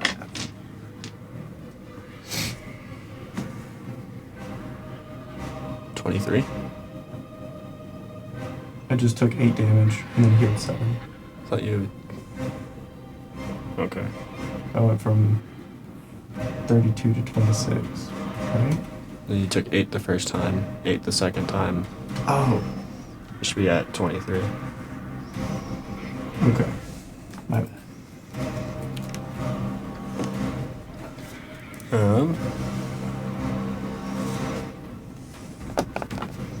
The pole man, you don't know, other than the tall pullman. Gormsh, you're kind of standing next to him now, and you can appreciate how he's able to wield the staff that he's holding. It seems to be extra long. He's a very tall human, anyways, and he expertly just kind of like brings it down into the back of the Parrington and stabs down and deals a few points of damage. The bird's kind of squawking about and kind of hissing at you both, but it'll be Euphoria's turn. Said it was a staff. It's like it looks like a spear, but it's like extra long. Okay, but it does have a blade on it? He's got a blade on the end, yeah. Okay, cool. Gormsh just kind of gives him, you know, that Zach Galifianakis meme where he's just like... Yeah. It's a very simple looking spear, but he does have... But it's a spear. It is a spear. Yeah. He gives him a good all. Just... Brother! Euphoria, it's your turn. After being sprayed with Parrington blood, she's gonna just like skip merrily over. Wait, 5, 10, 15, 20, 25, 30. Shit. Yeah, she's still out of You range. can hit the angle here. You're at 30. Okay. That works.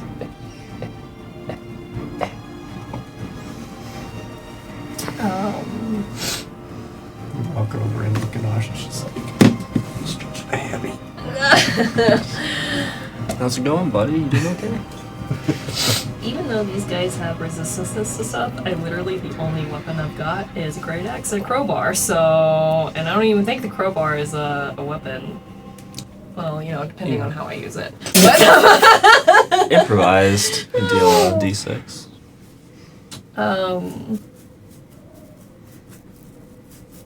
I mean, what would I get more damage with at that point? The axe. Okay. Yeah, I'll stick with the axe. And she's still raging. Ooh.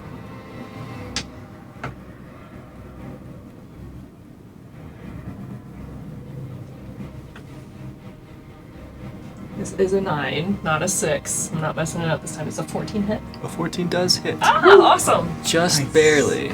Awesome. Just barely. Concussion's starting to wear off. She does 8 damage while she's like, she just skips over there, just and a very Harley Quinn moment. Right. Your tail get like extra fiery when Yeah. you're excited too. Yeah.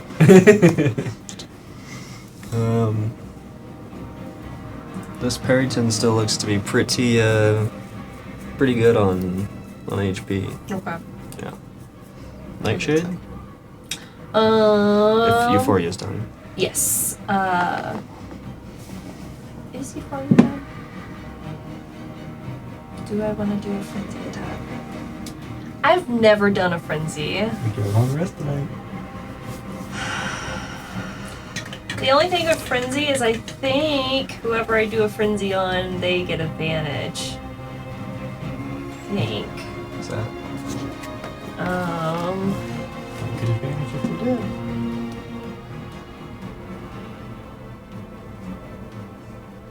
But I don't know. This doesn't really say that, so I don't know where I gain that information. You just suffer 1 level of exhaustion. Sure, fuck it, why not? Let's do it. It's not that bad. Personal.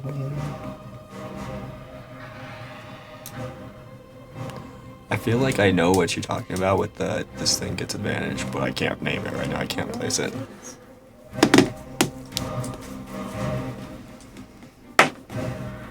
Oh, what am I doing? Okay, attack first. Oh yeah, that didn't do shit, man.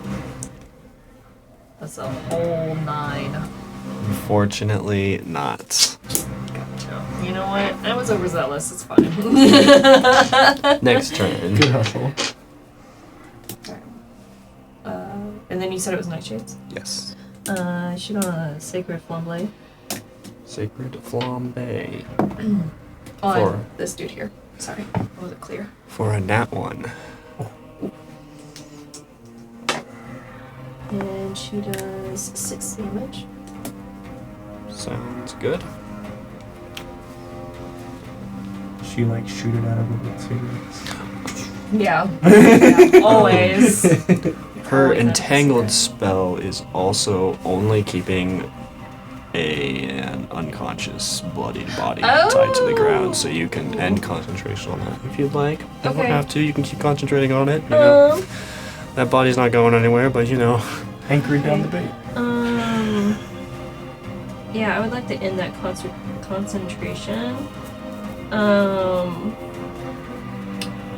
Tell me how this works. Okay, if Sacred Flame is a... Oh, that is considered an action, though. Would ending that concentration be considered an action? No, okay. But casting another spell would. Yeah, okay. Unless Alright. it was a bonus action, yeah. Okay. Then that's her turn. Alright. Gormsh. Alright. The one that just broke entanglement. I want to try to move, using my movement to get around it to try to take a flanking position there with new spear guy. So you could probably rotate to like over here. Yeah. Alright. Spear brother. And go back on that one. For 23 to hit. That hits. Ooh, 15 piercing. Gah. Blah. You manage to sink your Yukawa, just you bury it deep, and as you pull it out, you feel meat and bones and tendons just slicing and breaking loose as you come back out. Gross. Meaty. Alright. And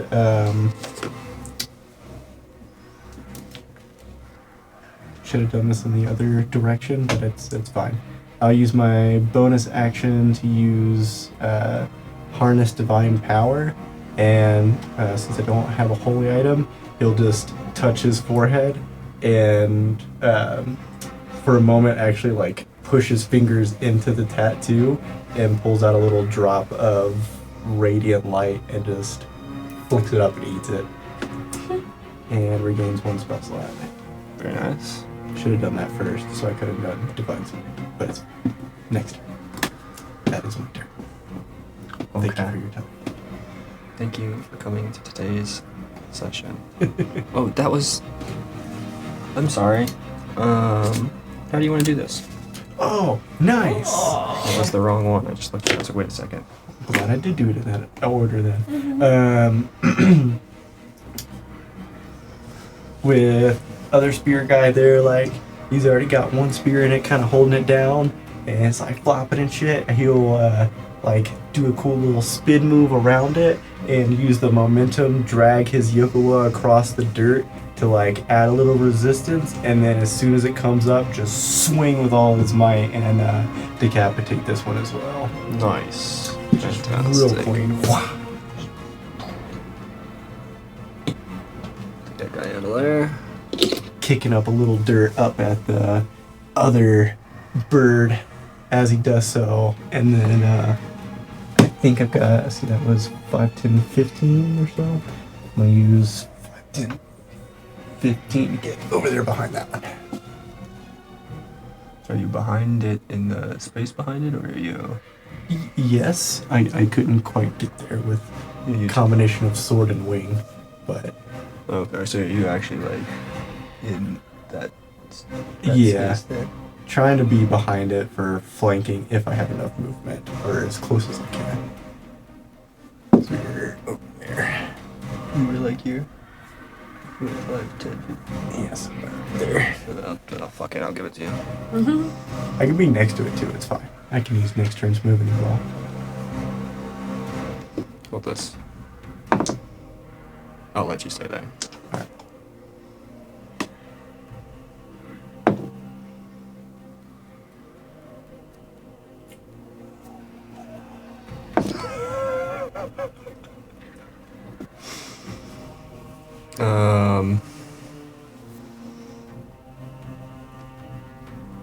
Euphoria almost took another nat 20. Oh my god. I'm meant to die tonight.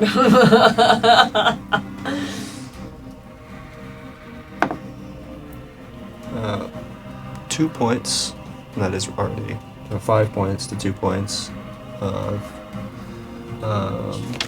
damage, piercing. And Ganache, can't leave him alone tonight. Oh, wrong dice. 1 plus The least One. appetizing one of all of this too. plus 3 is 5. 5 points of piercing. And I forgot, Second Wind also heals my level as well, so I had 4 more points, so it was 27. Okay. You said 5, so 22. Yes. Cool. Ganache. Ganache, inspired by his mentor, takes an advantage roll attack for 22 to hit. That hits. 7 piercing damage with the old spear. Alright.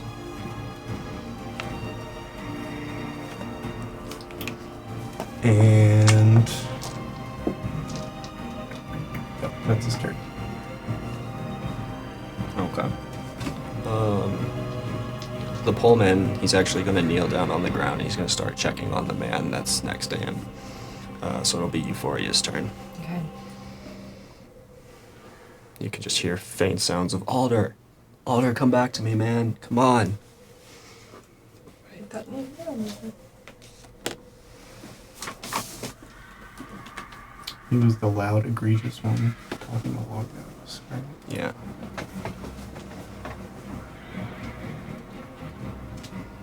And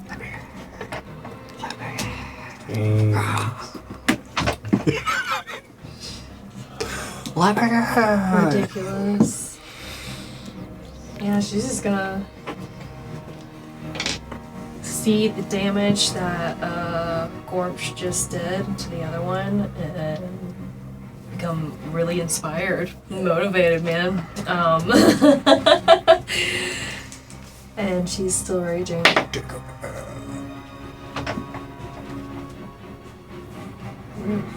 Fuck is my shit? 16. That hits.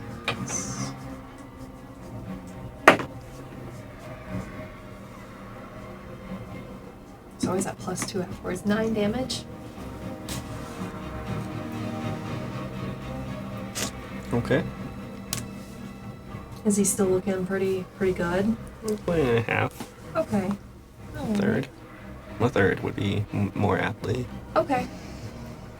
You definitely have to. Definitely. Sorry, 2/3 gone. I'd Oh, say. okay, okay. It definitely looks like it's breathing heavy and it's having a good fight with you guys. There's definitely got blood dripping down the wounds on its chest and wings. Okay. I think she's gonna call out to Gormsh and be like, "Man, you're doing more damage on these things." Yeah, are you still in a frenzy? Am I allowed? That's gonna do another point of exhaustion, isn't it? Sorry, I didn't realize how frenzy worked. Oh no, you're all good. Is it just a single? I think You it's can just- go into a frenzy when you rage. If you do so, for the duration of your rage, you can make a single melee attack as a bonus action on each of your turns. When your rage ends, you suffer 1 level of exhaustion.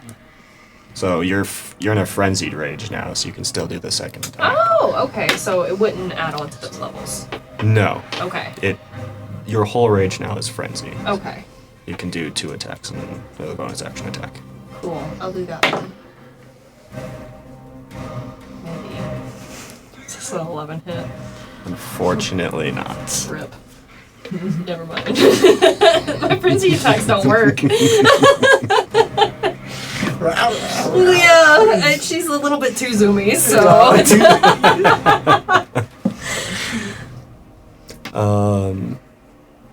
Nightshade. Okay.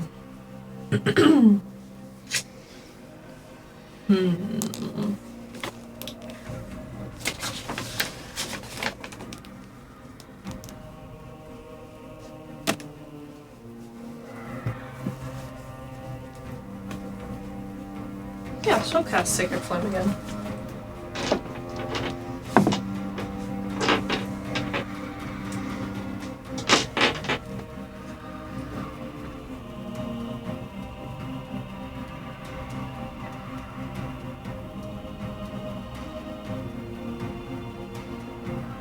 Roll for damage. 2. This time it's just like she flicks her cigarette a little bit. That's all it is. You see like a single feather just burn up off its head. Disrespectfully ashing. Yeah. Gormsh. You just drop your cigarette.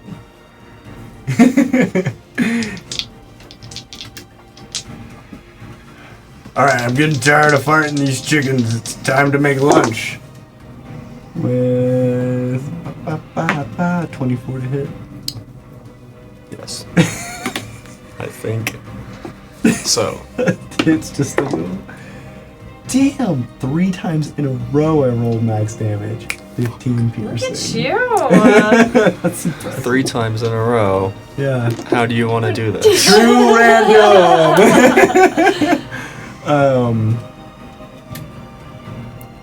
Yeah, okay, so, standing there, you got the first chop and then missed the second one, and it just, I think, like, squawked and tried to snap back at you, and he just, catches it right in the open mouth, but just, like, right through the top of the mouth. Just kind of sags down on your Yikoa and then falls over to the ground. Very nice. Does anybody know how to skin these things? How big are these compared to me?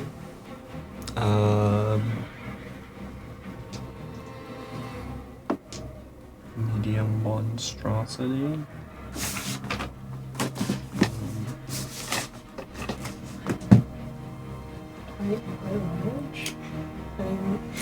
I imagine them to be about the size of Euphoria. Okay. Maybe Gormsh or Euphoria, and that their main body, their wings spread out way bigger, but Okay. I imagine them as pretty big. We're gonna have to start a bonfire for this. Yeah. Hopefully we can throw them on a wagon and get out of these fields. How much damage are you down? How much health are you down?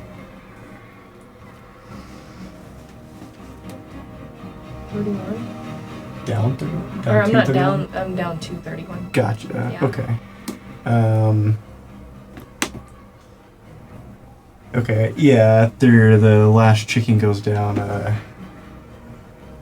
say you need a bonfire, he'll walk over to you, and some of the like chomp and bite marks. One of the bite marks on your arm, he'll just run a finger up one of his tattoos and swirl it around, and the tattoo actually like peels off of his skin, and he lays it across one of the bite marks and casts Cure Wounds with his last spell slot. Cool. For 7 healing. I'll take it.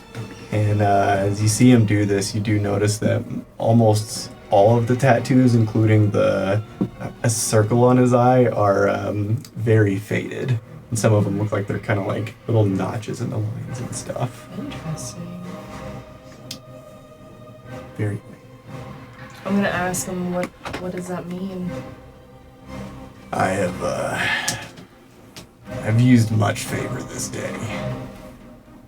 I've exercised many abilities and favors that I have not gotten to call on for a long time. Oh, so you're exhausted.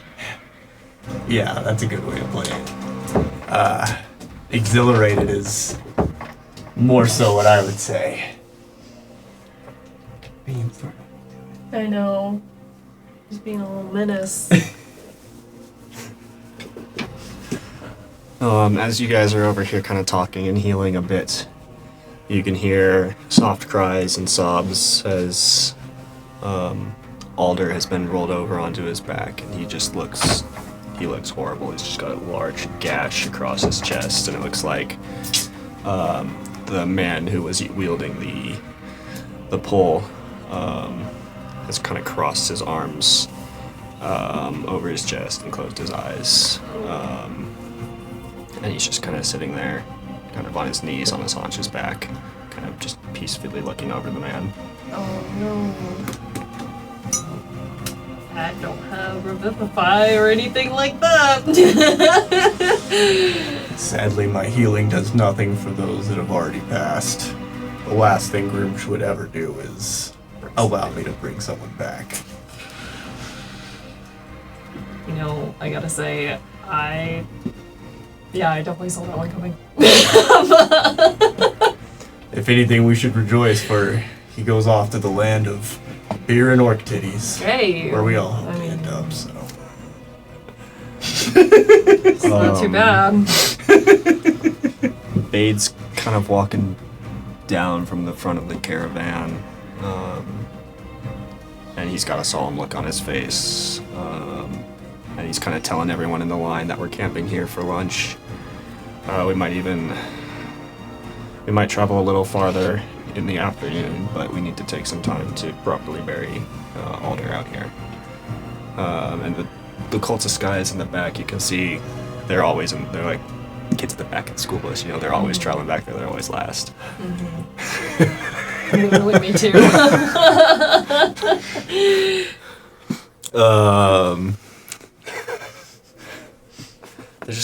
They're just like making a scene about it and trying to be like, can we just move on from this place? We could get attacked again.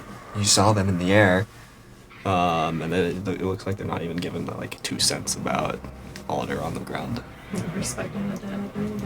As they say that, as soon as they say we could get attacked again, Gormsh will actually step up and pretty bellophone with, kind of yelling at him, just say, "Quiet, cowards! Fear not for what attacks us if you do nothing to even help defend. We respect the dead, for if anything, they are more victorious than any of us." And he'll point at whoever said that and say, "Begin gathering firewood immediately," and roll for intimidation. Go for it. That's an ability check. I'm still exhausted, so let's see how this goes. Disadvantage! For a nice 12. And I don't have advantage Reroll. on it. Reroll? Alright. We matched. Okay. Come on, disadvantage. Ooh, that was like a weird totter. Yeah, it's fine. 10. 2. Oh! They all look properly chastised. I think That's the word. Yeah. Chastised. Yeah. Just kind of their faces are like looking at each other. It's like they start talking amongst themselves, and they're like, "Well, I want you to bury me if I was him there." They're just like doing this like back and forth with themselves, and you see them just like scatter. Nice. And then I'll walk over to the spear guy and say, "It is my custom to build a pyre. Can we do this, even in this land of the dead?"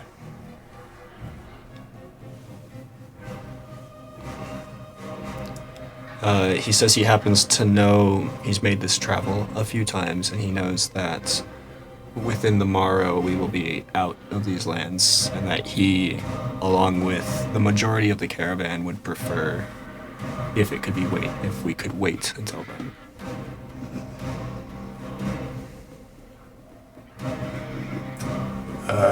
This is not preferable, but I suppose I understand for the safety of the caravan. Rather, it's 2 days out since you'll be resting tomorrow. Okay. He implies it in a way that the rest of the caravan might like fucking riot. Yeah. You decide to light a fire. Yeah. Like I you. think he's taken that seriously enough to be like, I know this is my custom, but I know that would also not go over well, so... Gormsh also kind of feels like you guys have been currying a bit of favor here and there with the rest of the caravan for your deeds of service. And you feel... Did I take the last? Just gonna try to figure that out. Yeah. So if you'd like to maybe wrap the body up in cloths or something, or some burlap sacks. Yeah. We'll at least help wrap it and do some death rites. Okay.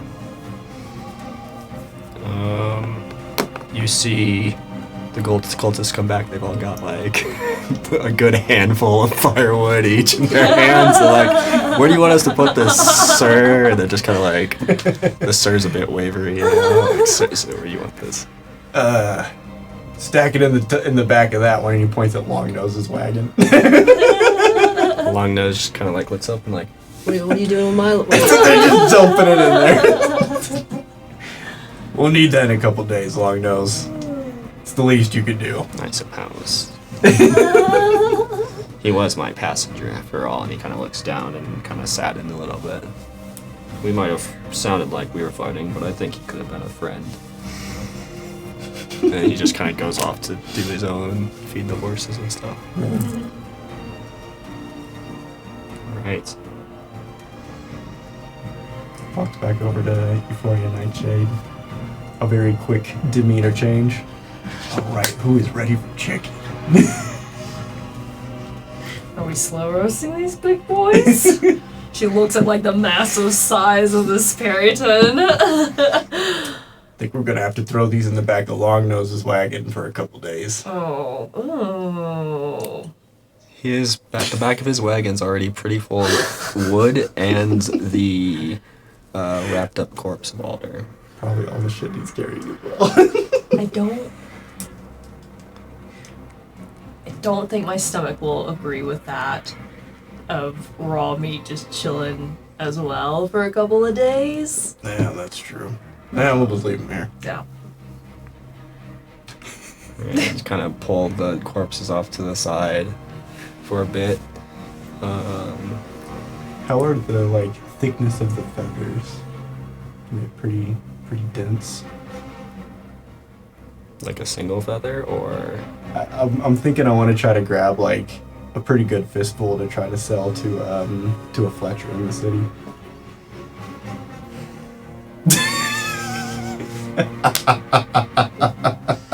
I'll say that two of them have. Shit on this trip. I gotta make my money somehow. I'll say it looks like one of them has feathers that would be good for that. The other two are too cut up, and they've kind of taken burns from.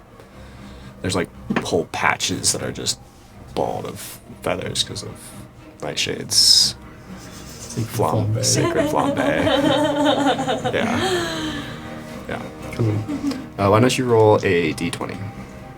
I hope until one day, I don't know, maybe she likes to cook and she has a big little torch. She can actually have something. Yeah. Cooking over a sacred flame. Yeah. 12. Alright. You're able to slice and manage to grab, I'd say they're probably 6 to 8 inches long of hefty feathers. Cool. Okay. Paradigm.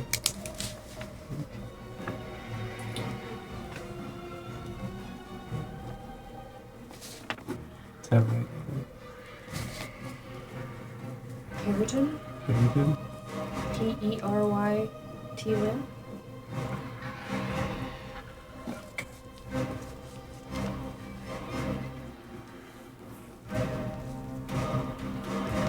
Cool. All right. While Gormsh is doing that, Imsa comes up to Euphoria, and she's just kind of like shaking and bright-eyed and just staring up at you, and she has this regular human-sized washcloth that she's dunked in some water, and she's like, I thought maybe you'd like to maybe clean up a little bit, and she like hands you like it's like a cloth like this big for you. my It just like fits in the goodness. palm of your hand. Oh, it's literally like a napkin for Euphoria. Is what I feel like. Yeah. She's like, Just- this is all I really had, but you saved us here, so thank Oh you. yeah, no, it's perfect. It's perfect. It's just like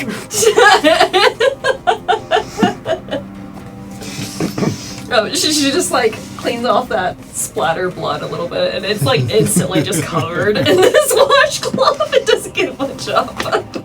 Just, no. I'm not gonna give this back to you. thank you.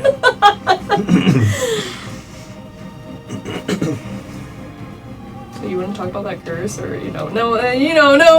She kind of just like shies away from you and hurriedly backs Okay. once you mention the thing. the thing or maybe how it happened. She Yeah, no, that's fair. It's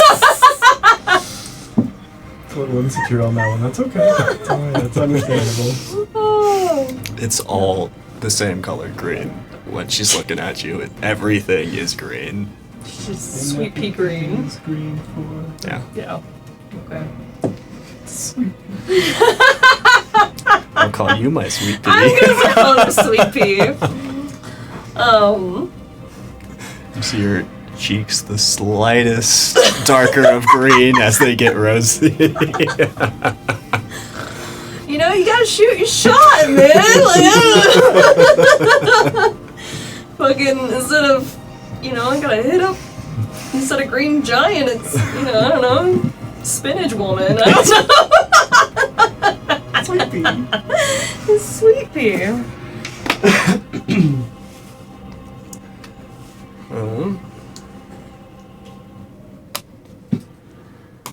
Say, kind of lunch gets wrapped up, everyone gets settled back into the caravan, ready to mosey along. The cloud cover has reappeared, much like today in real life. The clouds look gloomy, the sky is dark, it gets darker than usual as you pull into the last encampment for, which one is it? I can't show you the wrong one. Don't look at it. Don't look at it. I didn't see anything. My brain didn't even process what just happened, so it's all good. Every time we say that, I think of the episode of SpongeBob when they're poking the map and it unravels and Patrick's eyeballs are just Yeah, they're all over the place. Scanning it. Oh my god, I love that episode. I think of that every time. What a good reference. Oh. You guys pull into what looks to be like a narrow valley almost, with rock cliffs up on the sides, and everyone seems to just camp out on the sides and start setting up tents and stuff to camp there instead of a big circle as usual. I'll say that we'll say that you've made it out of the fields of the dead at this point. Everyone, you can see a visible relief on everyone's face as you kind of cross out of this misty fogland mid-afternoon. As you do so, you also notice Ganache isn't shining as brightly as he was before. It seems that maybe the star that's off in the sky that destroys all undead. I don't know why it doesn't work in the fields of dead. I tried to look that up, but it didn't say anything. Its effect doesn't seem to be taking or damaging Gormsh, and so the holy light that was empowering him to travel through that land is also diminished. Okay. I'll say there's still like a faint glow of yellow or something across the ruins, but it's not like a beacon in the night anymore. Cool. It is 8:35. We can stop here.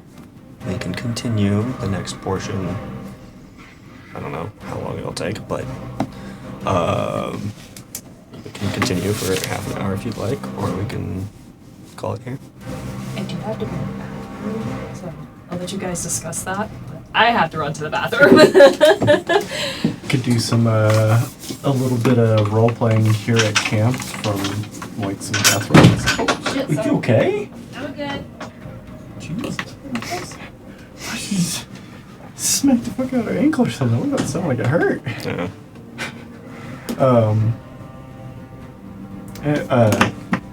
Do some role playing at camp or something for a few minutes and then you're not having to rush it. Your next part. Well, then, I mean, the next part we can just end it anytime. It's not like a combat scenario or anything. So, but we can also do evening. You know what? Yeah, let's do some evening role play or something around the campfire.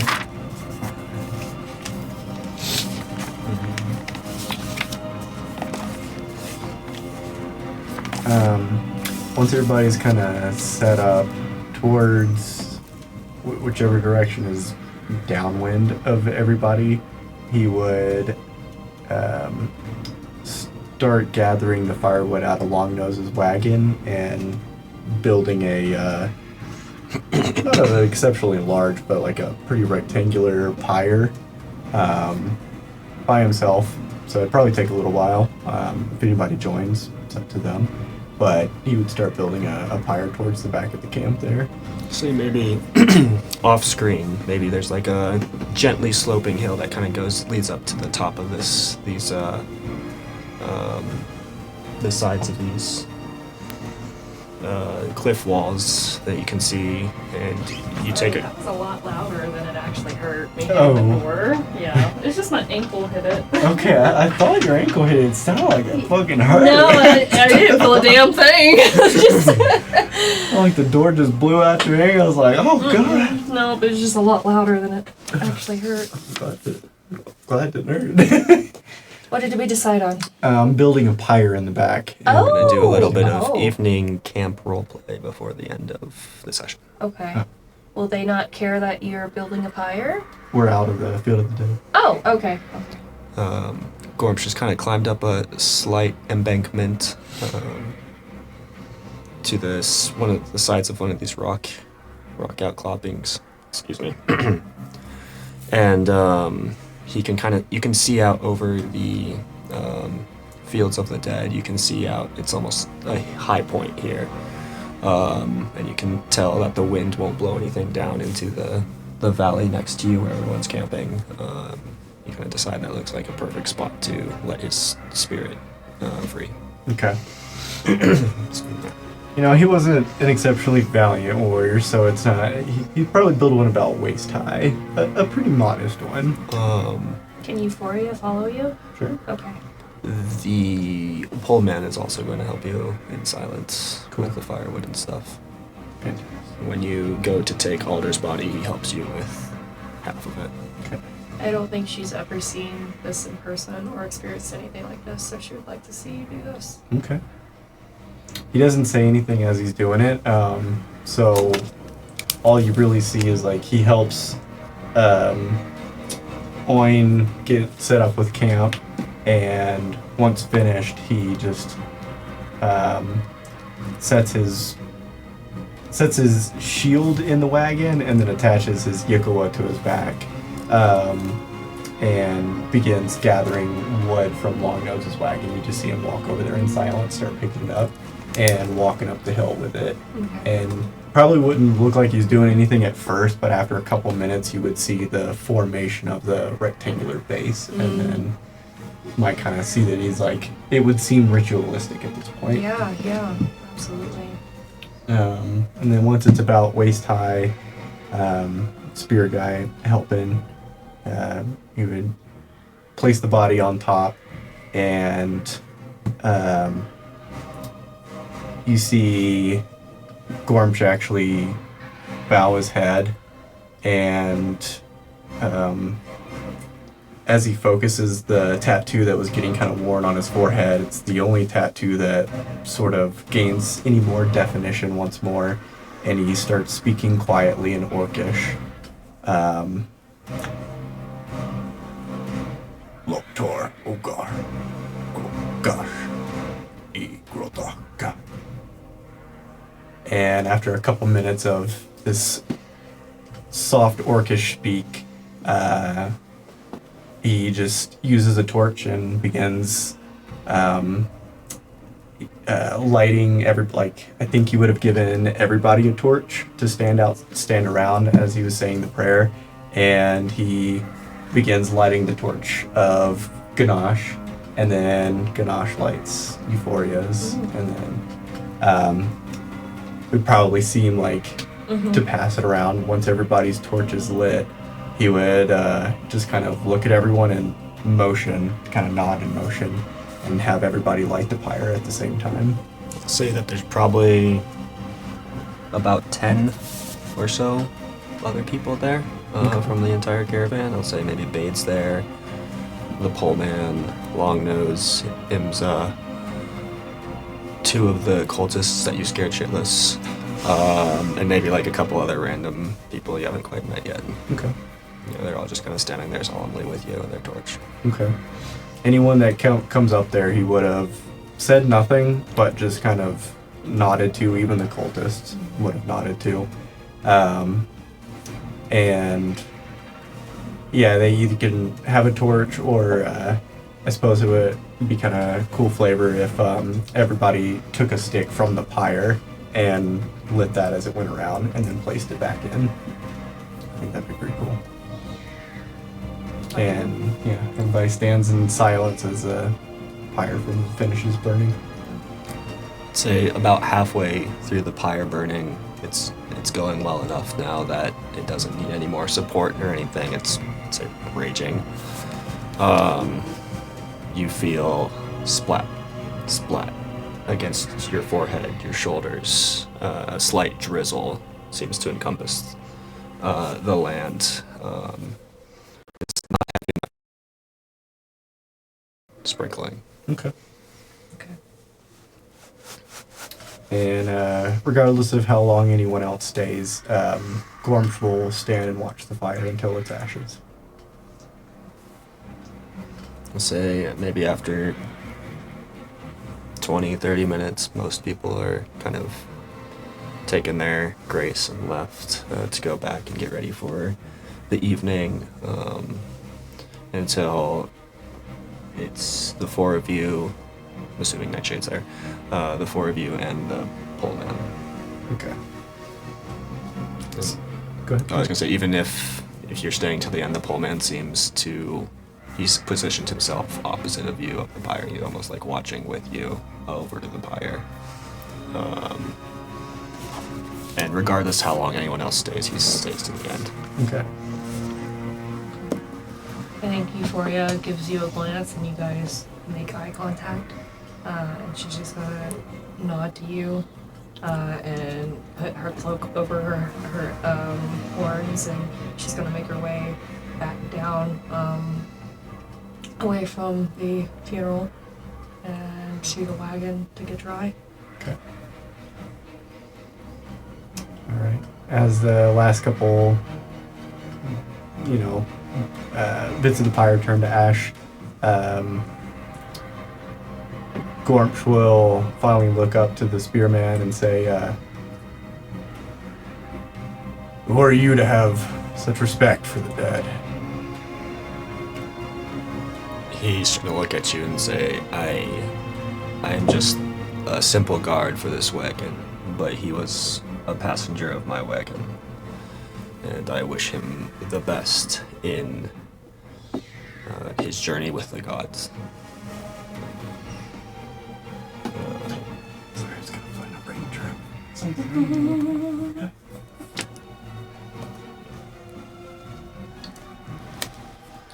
As you both turn to leave the ashes, you can hear the rain hitting burning embers, sizzling out more and more of the flame. He turns to you and says, The name's Sulzdeg. Yours? Souls. Is he another human? He is a human. He also... How tall are you? 8 foot? 6 something? Oh, he's at least a head taller than you. Oh, nice. He's very tall. He sits between you and Gormsh in height. Yeah, I'm 6'8".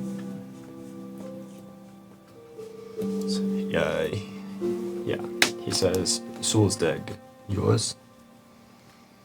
Gormsh. Spear of Gormsh. It is always fine to meet another wielder of the spear. Finer words have never been spoken. I'll take a deep breath. Loktar. Nothing like a good funeral pyre. Shall we feast? Aye. And he'll start making his way down the pathway. And pulling a nice thick chunk of dried gator and hands it to the Sulzdeg. It's much appreciated, especially after combat today. Let me buy you dinner at Bade's tonight. Oh wait, I didn't know we were close to a city. I thought we were out in the middle of nowhere still. You are. Bates? Yeah. Bade's the... Oh, the cook dude. Yeah. Oh, okay, gotcha. You see him take the jerky that I'm imagining it's like that jerky we got in Texas. It's Yeah, it's fucking You see him like So good. snap it into a couple bits and stick it into his cloak pocket. Just for later. Yeah. You can add it to all kinds of stuff. I will definitely take you up on the dinner. And he leads you over, and you guys kind of have a conversation about things and stuff like this. Talking about spears for sure. Spears. He's generally very quiet, but if you talk about spears, he opens up. Oh yeah. So how long have you been using a spear? Oh, you see. Yeah. As the night goes on, it seems to just get rainier and rainier. Yeah. Is there anything else you guys would like to do this evening? I'd say Bade's got a nice roasted stew going in the pot he's pulled out. He's got a big fire going, just a pot sitting over top. It's got some potatoes and carrots and like celery and just like some venison that's just sitting in the bottom of it all. He's just handing out big old scoops and bowls to everyone along. And Sulzdeg tries to pay for dinner and he's like, "Not today, man. I saw what you did, both of you." And just hands the bowls for free. And Euphoria the same when you come through line. Fuck yeah, man. Cheers. Clash the bowls together. Yeah. A little clacking on there. Thank you, Bates. You definitely strengthened my spear arm more than you know. Little Rosie. Oh, stop it. I got more customers.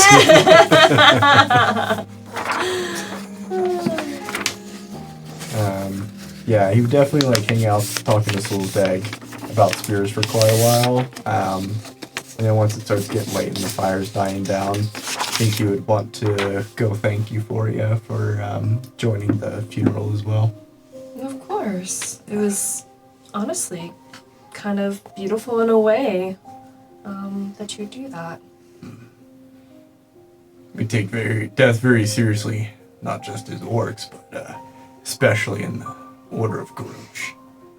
If anything, the dead are more victorious than any of us.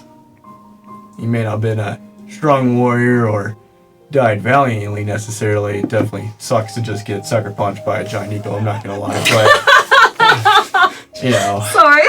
that's why you got a waist-high pyre, you know, for for the real badasses, it gets taller. Don't tell anybody that, but you know, it means a lot that you're still willing to join. And I agree, they are beautiful. Yeah. Where'd you learn to do that?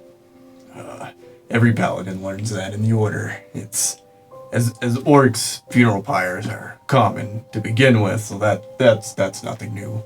But it's nomadic tribes, especially we don't bury our dead. We don't want to leave anyone on lands that are not necessarily our home. We burn them, and so they can just continue to follow us with their spirit. But especially in the order of Gormsh, where he accepts and welcomes all warriors that die in battle. And I mean, you know what's waiting for you up there. I told you about that. So, you know, it's certainly a celebration, and the pyre represents their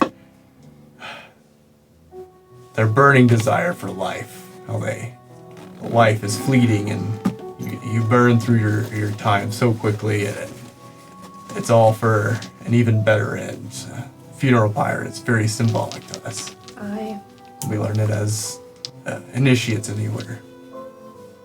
It was incredibly honorable to just be a part of that with you tonight. Thank you for your help. She's gonna take the stew that she got earlier, and it's still completely full, and downs it within like 8 seconds. Just the whole thing. Very nice. I think you just kind of sit on the back of the wagon watching the rain with you, and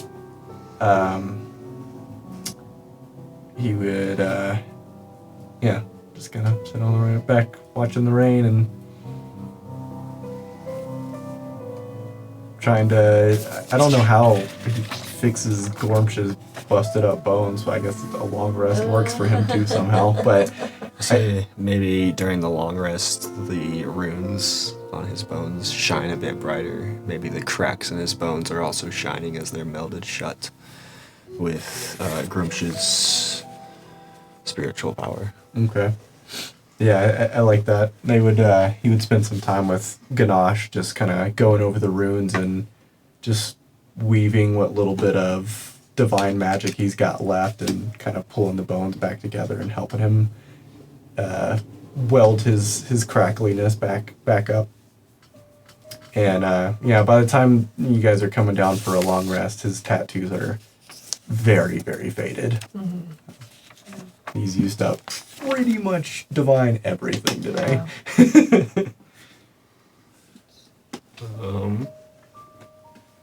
I'm gonna get this out of my mind and wheelhouse. Euphoria. Roll that. Wait, which one is this? Fuck. Roll this and subtract 3. Subtract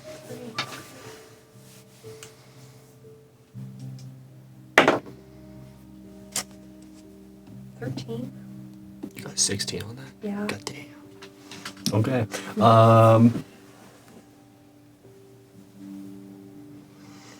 I'll say that in your downtime this evening, you pulled out not the cloak that was stolen, but the other cloak, and you've spent some time looking at this.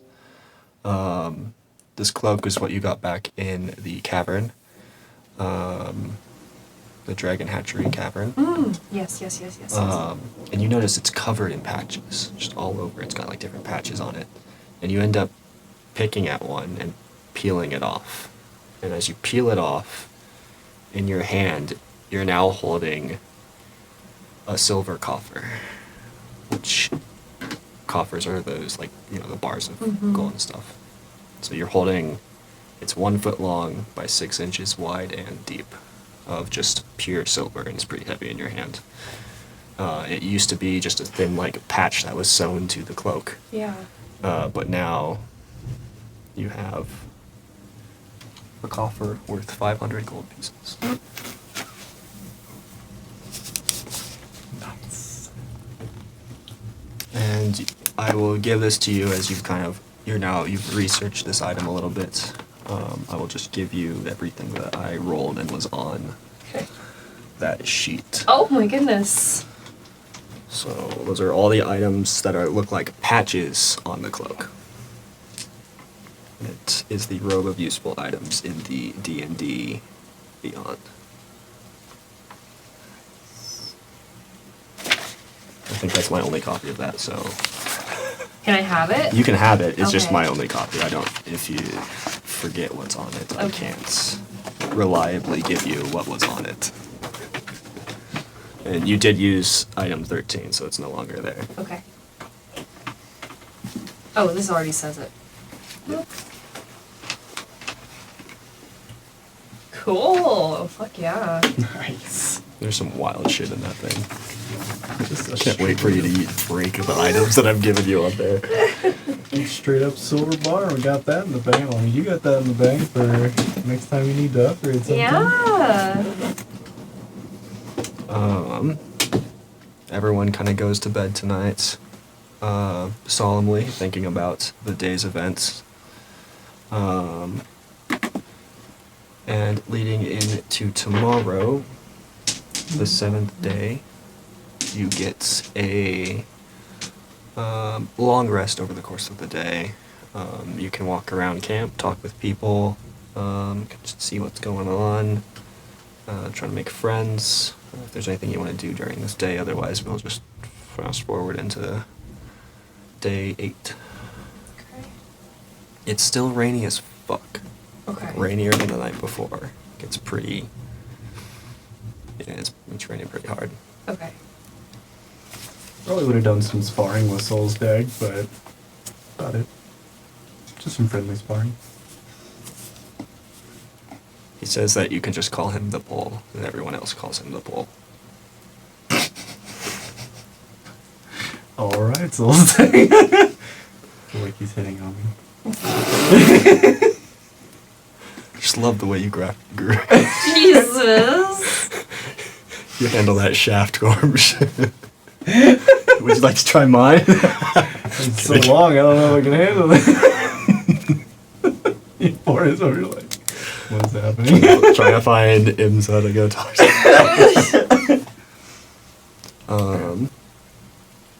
Yeah. Yeah, I don't think there's anything specific I would have done. And I didn't know Alder that well, so I don't know Did- what he was about. did I give you? You said that potion you were gonna drink. Have I given you the description for that, or just the appearance description? Just the appearance description? Okay. Yeah. I'm going to give you that after the session as well. Okay. Actually, I have it right here, I think. I'll just say over the course of some of the nights, I'm trying to clear up the random shit that you have that's not defined.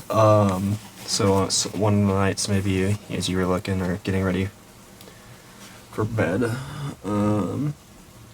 if you drink, it's a Rift of Pure Darkness sits in the middle of Deep Blue, that one. Yes. Yep. That one.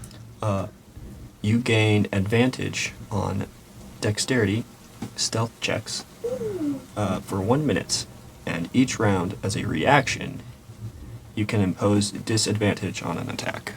What potion is this? It's the... Or is it in D&D Beyond? No, it was in this astonishing random tables book. Okay. Alright, I will have to... Can I take a picture of that? Yeah, I'll do it after session. I'll Okay. find it in the book for you. Okay, thank you. In the morning,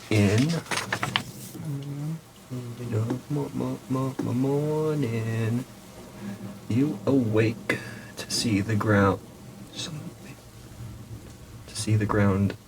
Covered, absolutely covered in mushrooms.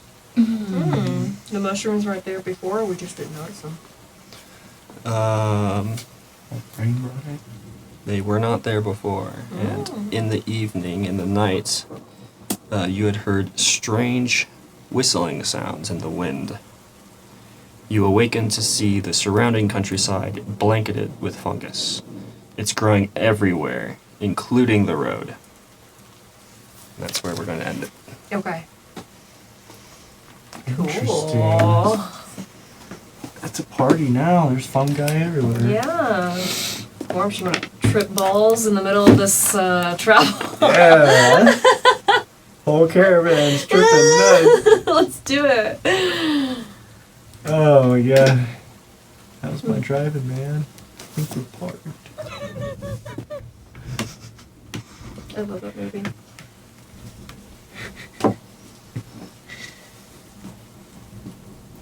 Alright. Well, this is interesting. I already know my nature is dog shit, so I don't know how, I can't wait to see what this nature roll is gonna be.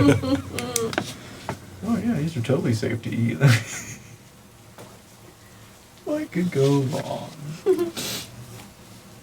I'm excited for next week now. What could go wrong? Alright, well that was a fun episode. Yeah, it was. I enjoyed it. Always good stuff. Got to murder some giant chickens. Yeah. That's a good time. I in fact did not have the title of this episode prepared. I had the title of next episode's prepared. I didn't realize the fighting would take that long, but that's okay. I'm gonna just, off the top of my head, even though you didn't have it for dinner, winner, winner, chicken dinner. Winner, winner, chicken dinner. Winner, chicken dinner.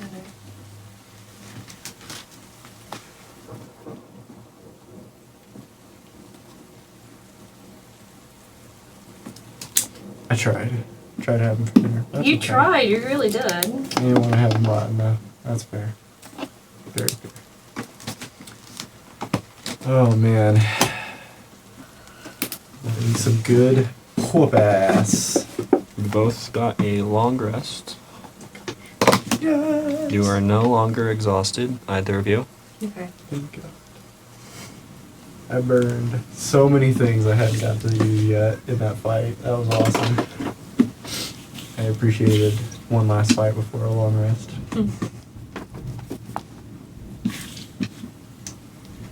I can't tell if that's the storm outside or the storm on the speakers right now.